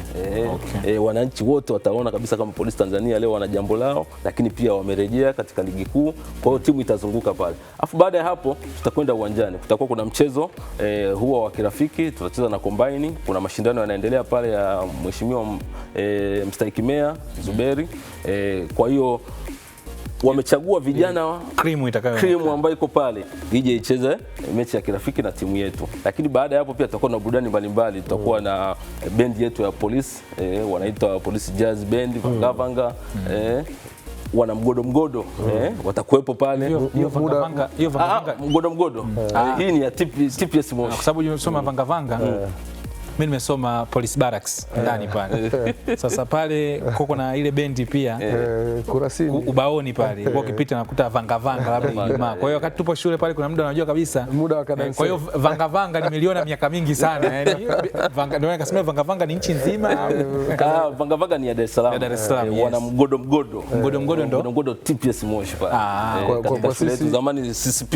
Kwa sisi wapenzi wa live band inapigwa live. Ile ya Marijani ndio baba inatoka pale. Unataja Vanga umenikumbusha mbali sana. Kwa hiyo hizo burudani, lakini pia tuna kikundi cha hamasa cha kwetu kile cha matarumbeta. Huwa ni hatari sana. Brass band itafanya onyesho kabambe pale katika ule uwanja ambao haujawahi kutokea. Mimi naamini siku hiyo watu wote ambao watakuja ambao itakuwa kiingilio ni bure watapata burudani za uhakika, lakini pia kuna wasanii mbalimbali wameendelea kujiorodhesha kwa ajili ya kuja kutoa burudani siku hiyo, kufurahia siku ya polisi hii ambayo imeandaliwa kwa ushirikiano na uongozi wa mkoa wa Kilimanjaro. Yote ni kuanikiza kabisa kwamba timu imepanda ligi kuu na inakwenda kufanya mambo makubwa. Yes bwana, kwenye burudani ya brass band hiyo sisi tuliosoma kwenye hizi shule ambazo zipo kwenye kambi za hapa Dar, wakati tunapita wazee wa brass band kipindi hicho walikuwa wanajiita wazee wa Ikulu kwa sababu ya shughuli zile. Bwana kuna mgeni kaja na Kasuge hawezi amini kiuhalisia. Unajua AFCON za miaka ya nyuma kuanzia 2010 rudi nyuma mpaka 90 na unajua ulikuwa ukitaka kujua kwamba leo kuna mechi ya AFCON unasikia sana trumpet zinapigwa sana kwenye viwanja. Nigeria, Ghana. Unajua kwenye ligi yetu kuna kionjo kimerudi. Mimi huwa napenda, tunakaa hapa tunachambua mechi, tunatazama mechi za ligi kuu. Timu za taasisi za kiulinzi naona karibia zote, Tanzania Prisons, JKT wana hiyo. Sasa mimi kile kionjo huwa kinanikosha sana, lakini nafikiri kitu cha ziada nitamani nikifahamu kutoka kwenu. Ihefu waliwahi kupanda daraja wakashuka, walivyorudi wakarudi na uwanja Highland Estate Mbarali. Geita walipanda daraja wakashuka, wamerudi juzi, wamerudi na uwanja Bukombe pale, si ndio? Unawaangalia JKT walishuka daraja wakati fulani wakawa wanatumia uwanja wa Uhuru na kadhalika. Walivyopanda Isamuyo pale pamekuwa miongoni mwa makazi bora sana kwa timu nyingi kupatumia. Sijajua kama iko kwenye plani yenu, ni project ya muda mfupi, muda wa kati ama muda mrefu. Je, polisi kuna plani yoyote nyuma ya pazia labda hatuijui? Kama hawa Geita alivyopanda daraja tumeona shughuli pale. Ihefu wale kushuka wakapanda tukaona uwanja. JKT leo Isamuyo pamekuwa ni miongoni mwa pichi bora zaidi kwa matumizi. Sijajua mpango wa polisi kwa sababu ni taasisi kubwa ya kinchi kwa maana kutuletea kitu special kama Isamuyo, Bukombe, Highland Estate tuliletewa na Ihefu. Nafikiri kama alama yenu leo mpo, mnaweza mkawepo kwenye ligi muda mrefu, lakini ikawa ni alama ya kuzihost club nyingi ambazo zinasuasua na viwanja. Kama leo JKT ana host mpaka training za michuano ya AFCON. Timu zinaenda za taifa zina train pale. Kwa polisi imekaaje kwenye kusimenti nje ya uwanja wa ushirika ambao ndio utambulisho wenu mama bwana tuko hapa? Ni kweli. Na hilo umeuliza swali la msingi sana. Mipango ipo, lakini mipango hii ni ya muda mrefu. Ni mpango wa muda mrefu. Kwanza mpango wa muda mfupi ilikuwa ni kuboresha kiwanja chetu cha mazoezi. Na tunashirikiana na shule ya Polisi Tanzania Moshi, zamani CCP pale ambako ndo tunafanyia mazoezi. Kwa hiyo ule tunauboresha ili uwe na quality ile yenyewe. Lakini pia mpango wa muda mrefu ni kuhakikisha tunaboresha pale, kuna viwanja vingi na tulishapeleka na tayari na proposal kuhakikisha kwamba tunakuwa na uwanja wa kwetu kama zilivyo hizi timu nyingine ambazo umezitaja. Lakini pia Kingine ambacho ni waambie tu uwanja wa Majengo ambao ni uwanja wa manispaa pembeni ya shule. Mwezi wa 11 uwanja unakamilika. Okay. Kwa hiyo tutakuwa na viwanja viwili. Tutakuwa na uwanja wa ushirika, tutakuwa na uwanja ule kule. Kwa hiyo tutakuwa yani hii hama haitakuwepo kabisa. Kwa ile vumbi la Majengo pale limeshakuwa nyasi pale. Nakwambia lakini pia na hilo Frank ni kukidhi mahitaji ya kanuni kwa sababu napaswa kuwa na uwanja wa mazoezi. Uwanja wa mazoezi upo. Uwanja wa mazoezi upo. Nazungumzia viwanja vya kuchezea ligi. Huo uwanja wa Majengo ni uwanja ambao unaboreshwa kwa kiasi kikubwa. Na mkandarasi yuko kazini na katika kikao cha juzi tu cha maandalizi ya hili tamasha ndio wakasema kwamba mpaka kufikia mwezi wa 11 tutakabidhiwa uwanja huo kwa ajili ya kuchezea ligi. Na uzuri uwanja wa Majengo frame ile ya fence ya uwanja ilishatengenezwa siku nyingi. Frank, kwa kumaliza na wewe hapa tunajua mtaanza msimu dhidi ya Azam FC nyumbani. Baada ya hapo atawatembelea ndugu jeshi JKT. Baada hapo mtakuwa mna safari ya kwenda kwa Singida Black Stars, Dodoma na Singida. Mazingira namna ambavyo yalivyo, lakini umetaja tu baadhi ya sajili, unaweza ukamaliza hapa kutuambia mmesha sajili wachezaji wangapi? Benchi la ufundi ni vile vile huko na mabadiliko, lakini pia mmejipangaje kwa michezo hii ya kuanzia? Benchi la ufundi ni lile lile. Mwalimu Mbwana Makata ndio kocha mkuu. Lakini tuna mwalimu wa magolikipa Mfaume yule anaendelea. Niseme tu benchi la ufundi la kwetu ni lile, lakini pia tunaongeza mwalimu msaidizi. Tunaongeza mwalimu msaidizi ambaye atakuja kusaidiana na mwalimu Mbwana Makata katika kipindi chote hichi ambacho tutakuwa nacho, kwa sababu tushajua ligi kuu huku lazima uende ukiwa benchi limesheheni. Mpaka physio tumeongeza pale, mpaka physio tunaongeza pale kuhakikisha kwamba utimamu wa wachezaji unakuwa katika kiwango kinachotakiwa. Hii ndio inamaanisha, kwa sababu Polisi Tanzania sio timu ndogo. Mimi hizo nyingine ni kongwe tu, lakini sisi ni timu kubwa bwana. Julio juzi kasema wakati Mashujaa alisema sisi ni timu ya jeshi, sisi ndio tuna hela kuliko wengine wote, si serikali. Sasa sisi tuko kila mahali. Unaona wale kuna wale polisi kata wako kwenye kila kata. Kwa hiyo sisi pale tayari tuna mwakilishi wa timu. Kila kwenye kata tuna mwakilishi. Hii sasa ndio tunaenda nayo. Lakini pia wachezaji ambao tumewasajili, mimi niseme kikosi tulichokuwa nacho katika championship kilikuwa ni kikosi bora. Lakini tumekimaintain. Ukiangalia katika wachezaji ambao walikuwa wanaanza ni mchezaji mmoja tu ndio ameweza kuondoka. Kwa hiyo wengine wote wamebakia. Kwa hiyo tunaamini kwa sababu pre-season ni fupi, kile kikosi kitaendelea kufanya mambo mazuri sana. Ukiunganisha na hawa wazoefu ambao tumewaongeza, tunaamini tutakuwa na kikosi bora na michezo hii tutaicheza vizuri. Na sisi hata Azam wameponea tu chupu kuona kwamba tunachezea Arusha. Wangekuwa wanakuja kwenye tanuru la moto pale Kilimanjaro.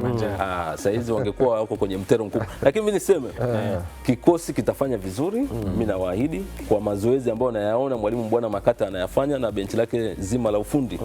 Ni mazoezi ya kiwango cha juu, quality ya ligi kuu. Tunaamini safari hii tutafanya vizuri zaidi kuliko hata misimu mingine ambayo watu wanasema. Pale ni Frankie Lukwaro ambaye ni hivi na wewe ni mkuu wa idara ya habari. Mimi na vyote mkuu wa idara ya habari na mawasiliano, lakini pia ndiye msemaji wa timu ya Polisi Tanzania. Kwa hiyo kila kitu tunachokiona kinapostiwa, kinazungumzwa, kinapita kwa Frank hapa bwana, hiyo iende, hiyo iko sawa. Kwa hiyo ni mkuu wa idara ya habari na mawasiliano ya klabu ya Polisi Tanzania ambao watakuwa ni sehemu ya ligi kuu ya NBC kwa msimu 2026-2027, lakini pia kwa upande wa michuano ya CRDB Federation Cup pia tutaweza kuwashuhudia Polisi kwa msimu wao utaanza kwa mchezo wa ufunguzi, watacheza dhidi ya Azam, lakini baada ya hapo watakuwa na mechi na JKT, pia watakuwa na mechi na Singida, then Dodoma. Kwa hiyo tutafanya assessment yao. Godlisten Modo ambaye niko naye hapa ni sehemu ya wachambuzi kupitia Azam Sports kwenye michezo ya ligi kuu. Hivyo story tulizoondoka nazo hii leo zinaweza zikawa ni reference kuelekea pale ambapo msimu utaanza, na Frank tutakuja kumchallenge kikosi. Mara nyingi huwa anasema cha championship ligi kuu hakitoboi. Kwa hiyo tutakuja kuona pia mazingira namna ambavyo imekaa. Godlisten kwa uchache kabla kupata hapo ni muombe kama mkuu wa idara ya habari na mawasiliano wa polisi kwenye mitandao ya kijamii Instagram, Facebook, sijui na kadhalika. Tunaombeni update ziwe za mara kwa mara mapema. Kuna wakati tuna struggle kutafuta kupitia kwenye peji za hizi timu za ligi kuu, lakini naona msimu uliopita timu nyingi zilikuwa ziko fast. Yaani unaona update ambayo inahusu jambo la saa 10, saa 4 asubuhi iko mapema, vikosi sijui wachezaji wanaoingia na kutoka. Nafikiri kama hilo timu nyingi zinaboresha inakuwa ni rahisi sana kwa watu wa vyombo vya habari kufanya kazi yao kwa utulivu zaidi. Naamini Frank hilo atakuwa amelichukua kwa ajili ya kuendana na kasi ya level ya ligi kuu ya NBC kwa msimu unaofuata. Frank, sisi tukushukuru sana. Tunaamini kwenye safari zako nyingine zinazofuata za mjini hapa utakuwa unatutembelea na mambo yakiwa mazuri, naamini hata simu zitakuwa zinaita, jamani nipo. Ila pale ambapo tutakuhitaji utoe ufafanuzi, tunaamini pia tutakuwa tunakupata. Karibu sana Kilimanjaro. Shukrani sana, tutafika. Yes, yani umeweza kusikia mipango kutoka ndani ya klabu ya Polisi Tanzania, namna ambavyo mambo yao yamekaa, usajili wa wachezaji walioingia na mazingira hivyo ndivyo ambavyo yalivyo. Lakini tuangazie kwa upande wa taarifa nyingine ambapo michezo ni umoja, afya, mshikamano, lakini pia ni ajira, bila kusahau ni jumuiya ya pamoja, na hicho ndicho kimemsukuma diwani wa kata ya Ludete Jumanne Misungwi kuanzisha ligi ya Misungwi Cup ambayo inahusisha vijana. Misungwi amesema ligi hiyo imelenga kuwa chachu ya umoja, afya, mshikamano, ajira na maendeleo ya jamii, kwani itaibua vipaji na kuimarisha mahusiano miongoni mwa wananchi. Habari na mwanamichezo wetu Esther Sumira kutoka mamlaka ya mji mdogo wa Katoro ametuandalia taarifa ifuatayo. Misungwi ameyasema hayo wakati ikiendelea michuano hiyo iliyofikia hatua ya robo fainali inayofanyika katika viwanja vya shule ya sekondari Ludete, kata ya Ludete, wilayani Geita. Vijana lazima nihakikishe waanze kutoka na kula matunda, hata wazazi wao wajue kwamba kumbe mpira au michezo au ujuzi alionao kijana sio lazima uwe wa darasani. Kumbe mtu anaweza kuwa na ujuzi hata mguu wake unaweza ukalisha familia. Kwa hiyo ninaamini kabisa kwamba kwa hii nilichokianzisha, na nataka niwaambie ili kusudi wajue kwamba niko serious na hii kazi au niko serious na michezo ya kwenye kata yangu, waje tarehe 15 waje waone. Watu wametambua kwamba michezo ni sehemu inayojenga ushirikiano. Pia michezo ni maendeleo kwa wananchi. Tunapata vipaji mbalimbali vya wananchi ambao wana fani zao. Pia mheshimiwa diwani kuleta michezo hii kwa wananchi imesaidia kuleta mahusiano mazuri baina ya watu na watu. Kwa upande wetu tutamshukuru mheshimiwa diwani kwa hii michezo ambayo imepelekea kuleta amshamsha ndani ya kata yetu. Ili kuibua na kuendeleza karia za vijana katika soka, ni vyema wazazi na walezi wakawa chachu ya kuhamasisha watoto wao kuendeleza fani zao. Maana mpira ni ajira pia, na lakini si ajira tu, bali ni afya ya ubongo, akili, kwa sababu mtoto anapokuwa anapata muda ku refresh mind, anaweza kusoma vizuri na anaweza kujenga afya vyema. Unapomnyima mtoto nafasi ya kucheza, unamnyima haki yake ya msingi, na pia unampotezea kuweza kuona karama yake ni ipi. Ndio maana wenzetu wanakuza vipawa, lakini pia sisi tunapaswa tujifunze kutokana na haya maandalizi. Haya maandalizi yamekwenda mbashara, lakini bado yametuonyesha kabisa kumbe sisi tuna uwezo wa kuandaa watoto wetu na wakawa ni wachezaji wazuri tu.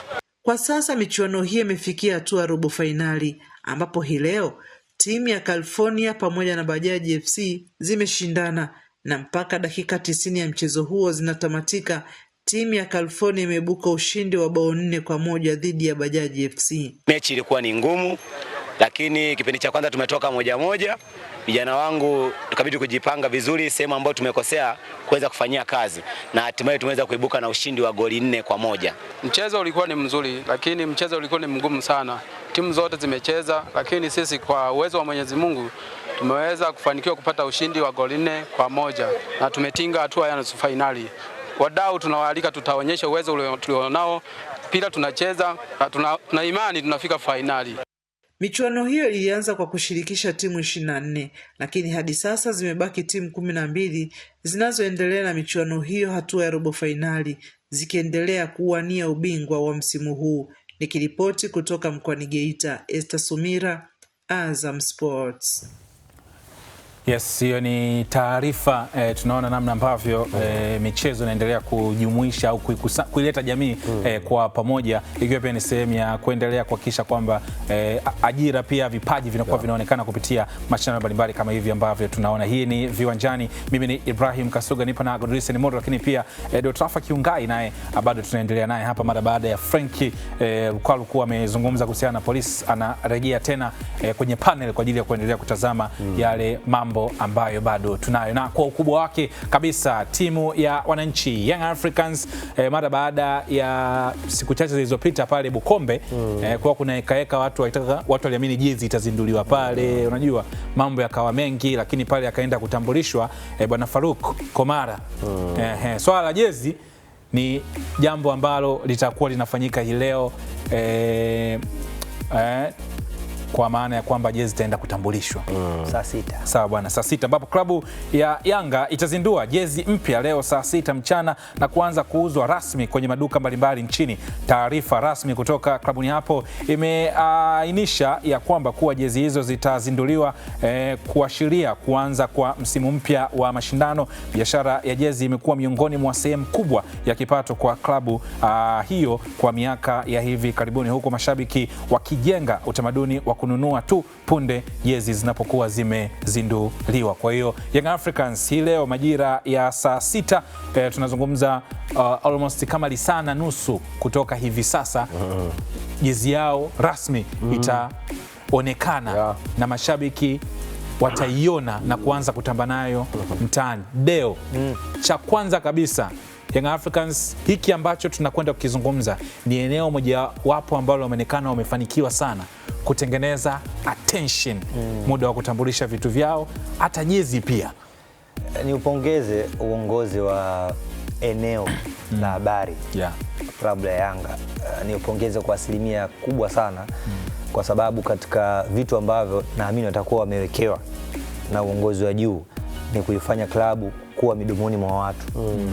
Yani hakikisha asubuhi, mchana, story kubwa iwe Yanga. Alikamwe, Priva wamefanya kazi kubwa sana kwa sababu Alikamwe ni afisa habari na Priva ni mkuu wa kitengo cha digital. Kwa hiyo kwa pamoja wamefanya kazi kubwa sana. Siku zote ambazo tumeanza kutambulishiwa wachezaji kwa upande wa klabu ya Yanga, story imekuwa mpya kila siku. Leo Shalulile, kesho Farouk, kesho kutwa Benzema yule, mandevu Benzema, Ibrahim Sheikh Toure, leo siku mbili hizi namba 6. Mara baada mara leo jezi. Alafu baada ya jezi kuna story ambayo inaendelezwa kwamba tarehe 9 kuna mtu anafanya mazoezi kwenye timu fulani. Tarehe 9 anatambulishwa siku ya Yanga Day. Kwa hiyo umekuwa na muendelezo wa story ambazo zimekuwa gumzo kubwa katika thamani ya club, ndio inakuwa unavyokuwa midomoni mwa watu, ndio biashara yenyewe inakuwa kubwa, umaarufu unaongezeka, mashuhuri. Sahihi kabisa. Aidha uzungumzwe positive au uzungumzwe negative, lakini unapokuwa katika midomoni mwa watu thamani inazidi kuwa kubwa. Kwa hiyo hata leo hii tarehe 6 leo mwezi wa 8 saa 6 hiyo ni story. Inakuja jezi, itakuja tena story nyingine. Miaka miwili iliyopita wakati wa mbunifu wa jezi yule Sheria Ngoi, alikuwa na utamaduni wa jezi zao ambazo anazizindua zimekuwa na maandiko au zinabeba ujumbe, maudhui ile theme yake. Maana yake jezi hii ina 5-5 ni matokeo ya goli 5. Jezi nyeusi kuna jezi ilikuwa ya Nyerere nakumbuka, ilikuwa na watu wengi wanasema ndo wananchi, ikaja ya Majengo wanasema ndo Majengo sasa ya wananchi. Nakumbuka kuna ambayo ilikuwa ya kiatu ile ya dabi ile kimbia tucheze. Jezi za Young Africans kwa miaka ya karibuni zimekuwa kama ambavyo maguza God Listen zinakuwa zina ile ujumbe fulani, zina story. Na nadhani hata kwenye records inakuwa nzuri hata kukumbuka matukio kwamba kwa wale wanaotunza kumbukumbu za jezi, akiiona jezi fulani nakwambia hii jezi ilibeba tukio fulani, ilikuwa mwaka fulani. Kwa sometimes jezi unaweza ukaanza kuipigia story au ikabeba historia ya klabu kutokana na tukio fulani, lakini kwa mkono wangu na kichwa changu namna ambavyo kimepambana bwana, jezi ya msimu huu God Listen, designer wa jezi ni kutoka nchi maarufu kwa mambo ya mitindo fashion. Kuna kipingamizi na Ufaransa? Kwa hiyo designer wa jezi ya msimu huu wa Yanga kwa mimi, kwa mujibu wa vyanzo vyangu, ni kutoka nchini Ufaransa. Okay. Ni hatua nyingine hiyo Godlisten. Nafikiri kuna mataifa ukiyataja lapokuja swala la mavazi hausiti kuanza kucompromise, kuanza kudiscuss itakuwa bora, haitakuwa bora. Ufaransa ni miongoni mwao. Kwa Ulaya nafikiri na Italia. Yes. Wamepiga hatua sana kwenye designing. Masuala kumbuka hapo anazungumzwa designer. Yaani mbunifu. Si ndio? Unajua ni tofauti na mzalishaji. Mzalishaji anapata idea kutoka kwa mbunifu. Tunataka iwe hivi. Sahihi kabisa. Material nayo yanatoka kwenye eneo lingine. Ila aliyebuni designer. Kola iweje? Mikono iweje? Ibane iachie. Au sio? Iwe na tunahitaji kama kiriboni ama isiwe nacho. Hapa kuanzia kwenye kifua paweje. Puma alikuwa na tabia anakubana juu afu chini anakuachia bonge la bukta. Kabisa. Au sio? Nafikiri ibebe ujumbe gani?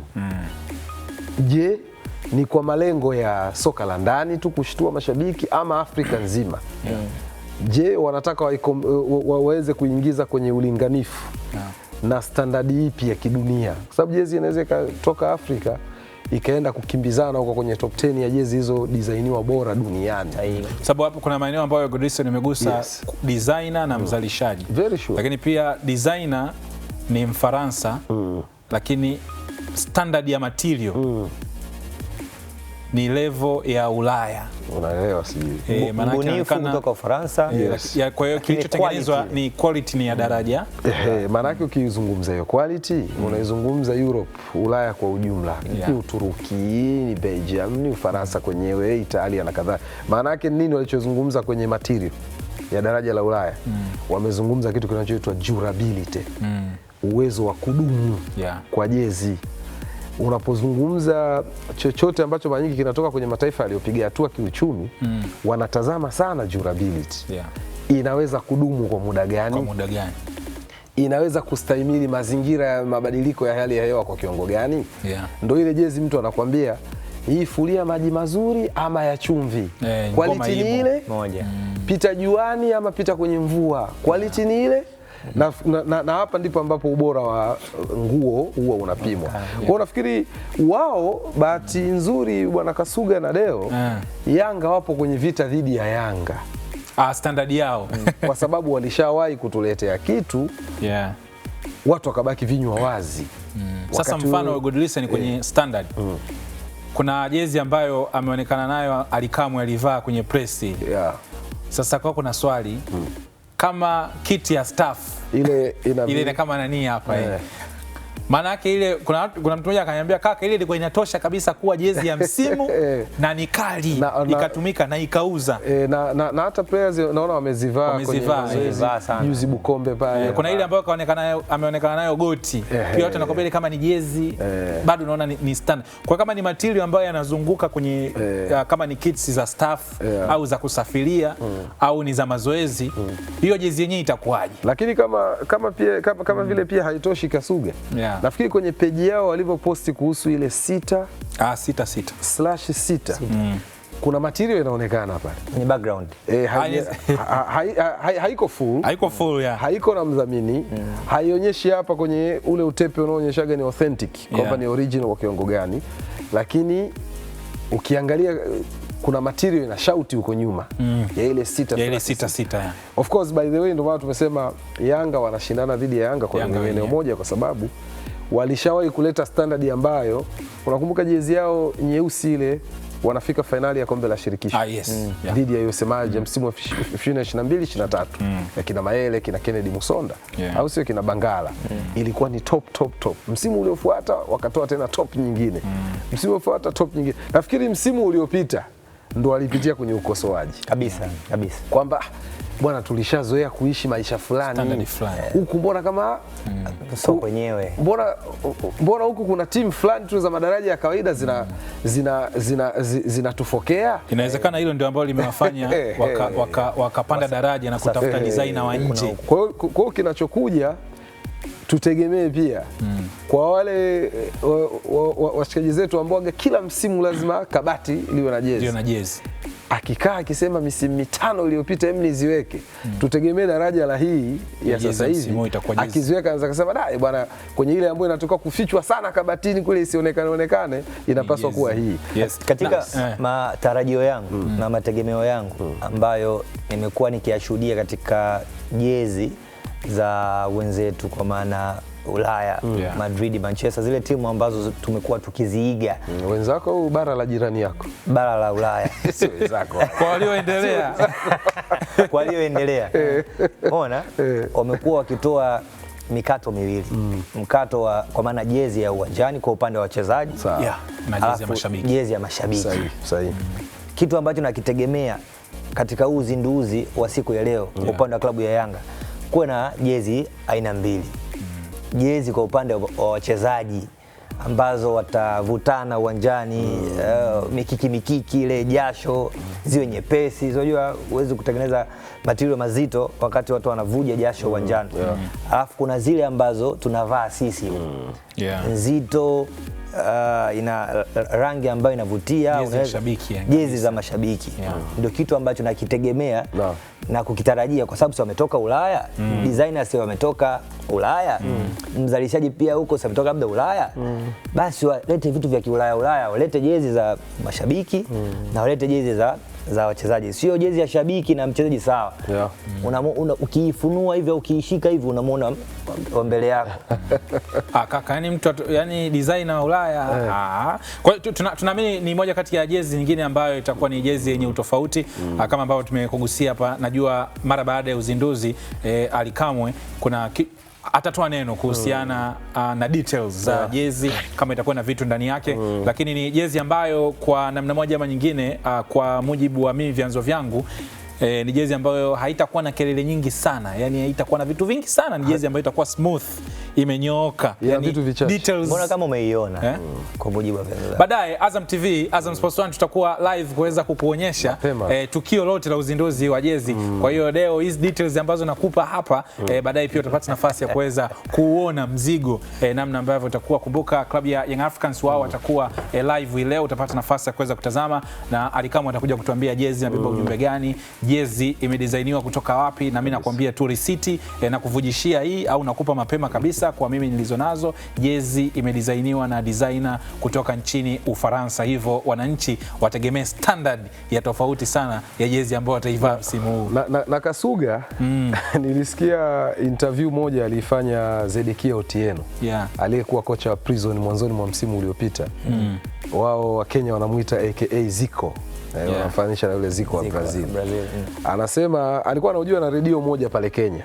Anasema nimeondoka Tanzania, lakini miongoni mwa vitu ambavyo vilinisisimua kama kocha, kwanza nilikuwa nalipo kwa wakati, lakini anasema jezi tuliomaliza nao msimu uliopita inafungiwa kabatini, watu wanakwenda na jezi mpya. Jezi ya mazoezi tunaotoka nao pre-season, sio ya mazoezi ambayo inatumika wakati wa msimu, sio ya mazoezi ambayo inatumika kwenye michuano ya kimataifa, lakini sio pia ndio hiyo jezi ya mazoezi ambayo inafanana na jezi ya mchezo. Ndio maana leo unaweza kukuta kwa mfano Young Africans wao tu tunaona labda jezi 3, home kit, away kit na third kit. Kwa maana jezi ya nyumbani, ya ugenini na ya tatu. Ndio? Lakini hivi unajua hizi timu kuelekea kwenye msimu unakuta wana jezi aina karibia hata 8, sio 3. Sababu za mazoezi ambao ni biashara. Kuna kit moja ya Yanga, nadhani ilikuwa ni ya staff, sijui ilikuwa ni ya kusafiria. Ilikuwa form 6 fulani hivi. Ile ilikuwa kwenye demand kubwa mpaka baadaye wakaanza kuiuza. Ikatangaza kwamba ilikuwa inauzwa kama F70 sijui F50. Hata hapa kuna clip zilikuwa zinachezwa hapa wakiwa mazoezini. Kama zambarau si zambarau.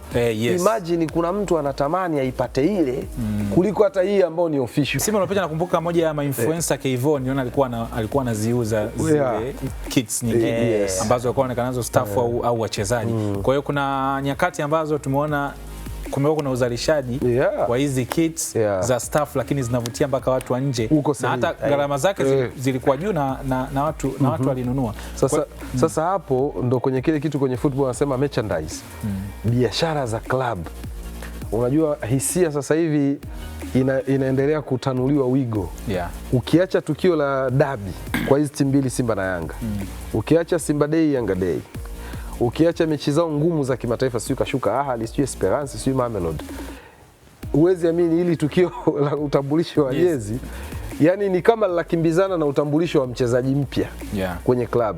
Maana yake nini? Wanaendelea kuengage na makampuni yanaingiza fedha, kwa sababu kuna kampuni inaweza kuwa sasa hivi tunapoelekea inachukua haki tu za kuwepo kwenye bango la mitandao ya kijamii kwenye utambulisho wa jezi.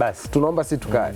Utambulisho wa mchezaji tunaomba Deo Traffic Company nini limited, tutakuwa tunakuwepo tu kwenye utambulisho, tunaomba tukae tu pale chini. Sasa hapo ndipo tunapoongea merchandise za kifootball zinavyo generate pesa. Sababu Kasuga Empire akileta kampuni yake kwa ajili ya utambulisho tu wa jezi, tena kwenye peji ya Instagram tu kuna fedha klabu inaingiza ambayo itakuwa inapatikana. Nikwambie tu saa 6 mchana klabu ya Young Africans watakuwa wakizindua jezi yao mpya ya msimu wa mashindano unaofuata wa 2026 2027. Hivyo kwa upande wa mashabiki na wanachama wa klabu hiyo, utaratibu wao mara nyingi huwa wanakuwa wanaujua duka la klabuni pale unaweza kufika, lakini pia na maduka mengine mengi ambapo kupitia page za Young Africans wamekuwa wanatangaza jezi zinapatikana wapi, kwa hiyo unaweza kufika kwa ajili ya kupata jezi. Lakini kuhusiana na details za jezi kwa undani zaidi, sisi hapa tumekuibia kutokana na mtindo wetu wa maisha kama wana michezo. Kuna baadhi ya taarifa tunakuwa tunazipata, lakini kupitia Azam Sports 1 saa 6 tutakuwa tupo live kabisa kwenye tukio hilo kubwa, na tunaamini maelezo yatatolewa kuhusiana na jezi, story zao msimu zinakujaje, zinabeba ujumbe gani kwa msimu unaofuata. Utapata fursa hiyo kupitia Azam Sports 1 HD. Kwa sasa twende tukatazame matajiri wa jiji la Dar es Salaam, Azam FC, ambapo na wao jana walipata nafasi ya kuzindua jezi yao mpya kwa msimu wa NBC wa 2026-2027, ambapo zoezi hilo za uzinduzi wa jezi limepokelewa kwa hisia mseto na maoni tofauti tofauti kutoka kwa mashabiki na wadau wa soka hapa nyumbani Tanzania, huku baadhi ya mashabiki wakizisifu kwa ubunifu na muonekano wa kisasa kabisa kwa upande wa jezi hizo za Azam. Twende tukasikie au tukatazame mashabiki namna ambavyo wamepokea jezi mpya ya Azam FC. Tumezindua, tunaita ni mtoko wa mwaka wa mbele, kwa sababu umejionea mwenyewe uzi jinsi ulivyokuwa mkali. Tumezindua leo ni home kit. Pili, nichukue fursa hii kuwashukuru na kuwapongeza mashabiki wa Azam FC, wamejitokeza kwa wingi sana, wametumia fursa hii kuja kuwa wao wa kwanza kujipatia jezi ya msimu mpya ambao wakiwa wao ndio wa kwanza, na lengo letu lilikuwa ni kuhakikisha kwamba mashabiki wa Azam FC wanakuwa watu wa kwanza kuvaa jezi hizi. Kwa hiyo lengo letu limetimia, lakini niwahakikishie tu kwamba mashabiki Tanzania na nje ya Tanzania jezi hizi watazipata kwa urahisi kabisa. Miaka yote jezi zikizinduliwa ofa inakuja baadaye baada ya msimu ukaribia kuisha, lakini leo naona kabisa jezi zimezinduliwa leo, lakini kuna ofa maalum kwa ajili ya shabiki wa Azam FC mwenye kadi. Kwa hiyo wale ambao walikuwa wanadharau namna ya upatikanaji wa kadi, lakini leo sasa wanakuja kugundua namna ya thamani ya ile kadi ya shabiki wa Azam FC. Leo inampatia jezi yake na kuwa shabiki wa kwanza kabisa kwenda kuvaa jezi ya Azam FC ambao haiuzwi kwa mtu yeyote kwa siku ya leo zaidi ya shabiki mwenye kadi. Kwa hiyo ni namna gani, na ni ofa ambayo unaipata kwa bei ya punguzo kabisa, ambao baada ya hapa ikipita hautoipata tena kwa punguzo hilo. Ni namna gani viongozi wetu wanatuthamini kwa asilimia kubwa na kutambua mchango wa mashabiki. Nataka kuambia kuhusiana na ubora wa jezi Azam. Miaka yote waga tunaongea jezi Azam kwanza ni quality iliyokubalika. Jezi Azam haichagui ufue na maji gani. Jezi Azam haichagui upige pasi usipige pasi. Siku zote Azam hajawahi kuharibu. Kama unavyojua Azam siku zote ni bidhaa bora, timu bora. Kwanza kabisa nawashukuru viongozi wa klabu ya Azam FC, wametujali sisi mashabiki. Kwa sababu gani? Kwanza wametufanyia surprise. Jezi zetu hazijavuja mnafahamu. Lakini jezi zetu cha pili saizi zote zipo. Hata ukitaka X5 unaipata. Kitu manganyu. Ukisikia manganyu, hii ndio maana ya manganyu. Jezi ambayo unaona kabisa kwanza ukivaa unakuwa upo comfortable. Ni jezi ambayo haina uzito, ni jezi ambayo haina wepesi ule wa kuzidi. Hauwezi kuchukua jezi iwe kama mtandio au kama gunia. Lazima jezi iwe imezingatia vigezo na viwango vya mchezaji kuvaa au mtu wote kutoka Afrika Mashariki. Yes, bwana, hao ni mashabiki wa Azam FC namna ambavyo wameweza kupokea jezi hiyo mpya ambao wataitumia kwenye msimu mpya wa mashindano. Ni standard nyingine hiyo ambayo tunaiona leo, jezi ina details, kila detail unaiona kwenye jezi. Hii kwangu siweki katika level ya jezi, naiweka katika level ya mtoko. Yaani Azam alichokifanya ni kuchukua nguo ya mtoko kuendea uwanjani. Kwa hiyo kwenye harusi tunatimba nao vizuri kabisa. Yaani hiyo kwa mikato yangu mimi, hiyo nikipiga na jinsi yangu nyeusi au blue, rabako fulani amazing, raba yangu fulani hivi ambayo kampuni kutoka Ufaransa. Hatari kabisa. Na kepu wewe. Na kepu kwa mbali kabisa, au usivai kepu unapiga glasi fulani hivi ambayo nakuona, yani sio glasi ambayo sikuona na kuona. Azam walikuwa wapi? Ningeivaa, unajua kama modo yuko hapa. Modo yuko. Kama wangewahi sana leo ningeivaa. Wangewahi. Hiyo ni jezi ya Azam FC ambayo pia ilitambulishwa hapo jana. Jezi ilizinduliwa na tayari mashabiki wanayo mtaani wamekwisha anza kuivaa. Kwa hiyo ni miongoni mwa jezi bora kabisa, ambapo pia wewe mdau wa soka, kwa wale wapenda jezi, ni jezi nyingine ambayo ni muhimu sana kuwa nayo kwenye kikosi chako. Wao tunaita kikosi, unakuwa na jezi zako tofauti tofauti. Kwa hiyo kutokana na siku rhythm, namna ambavyo inakuwa imekaa, hii ni moja kati ya jezi ambayo inaonekana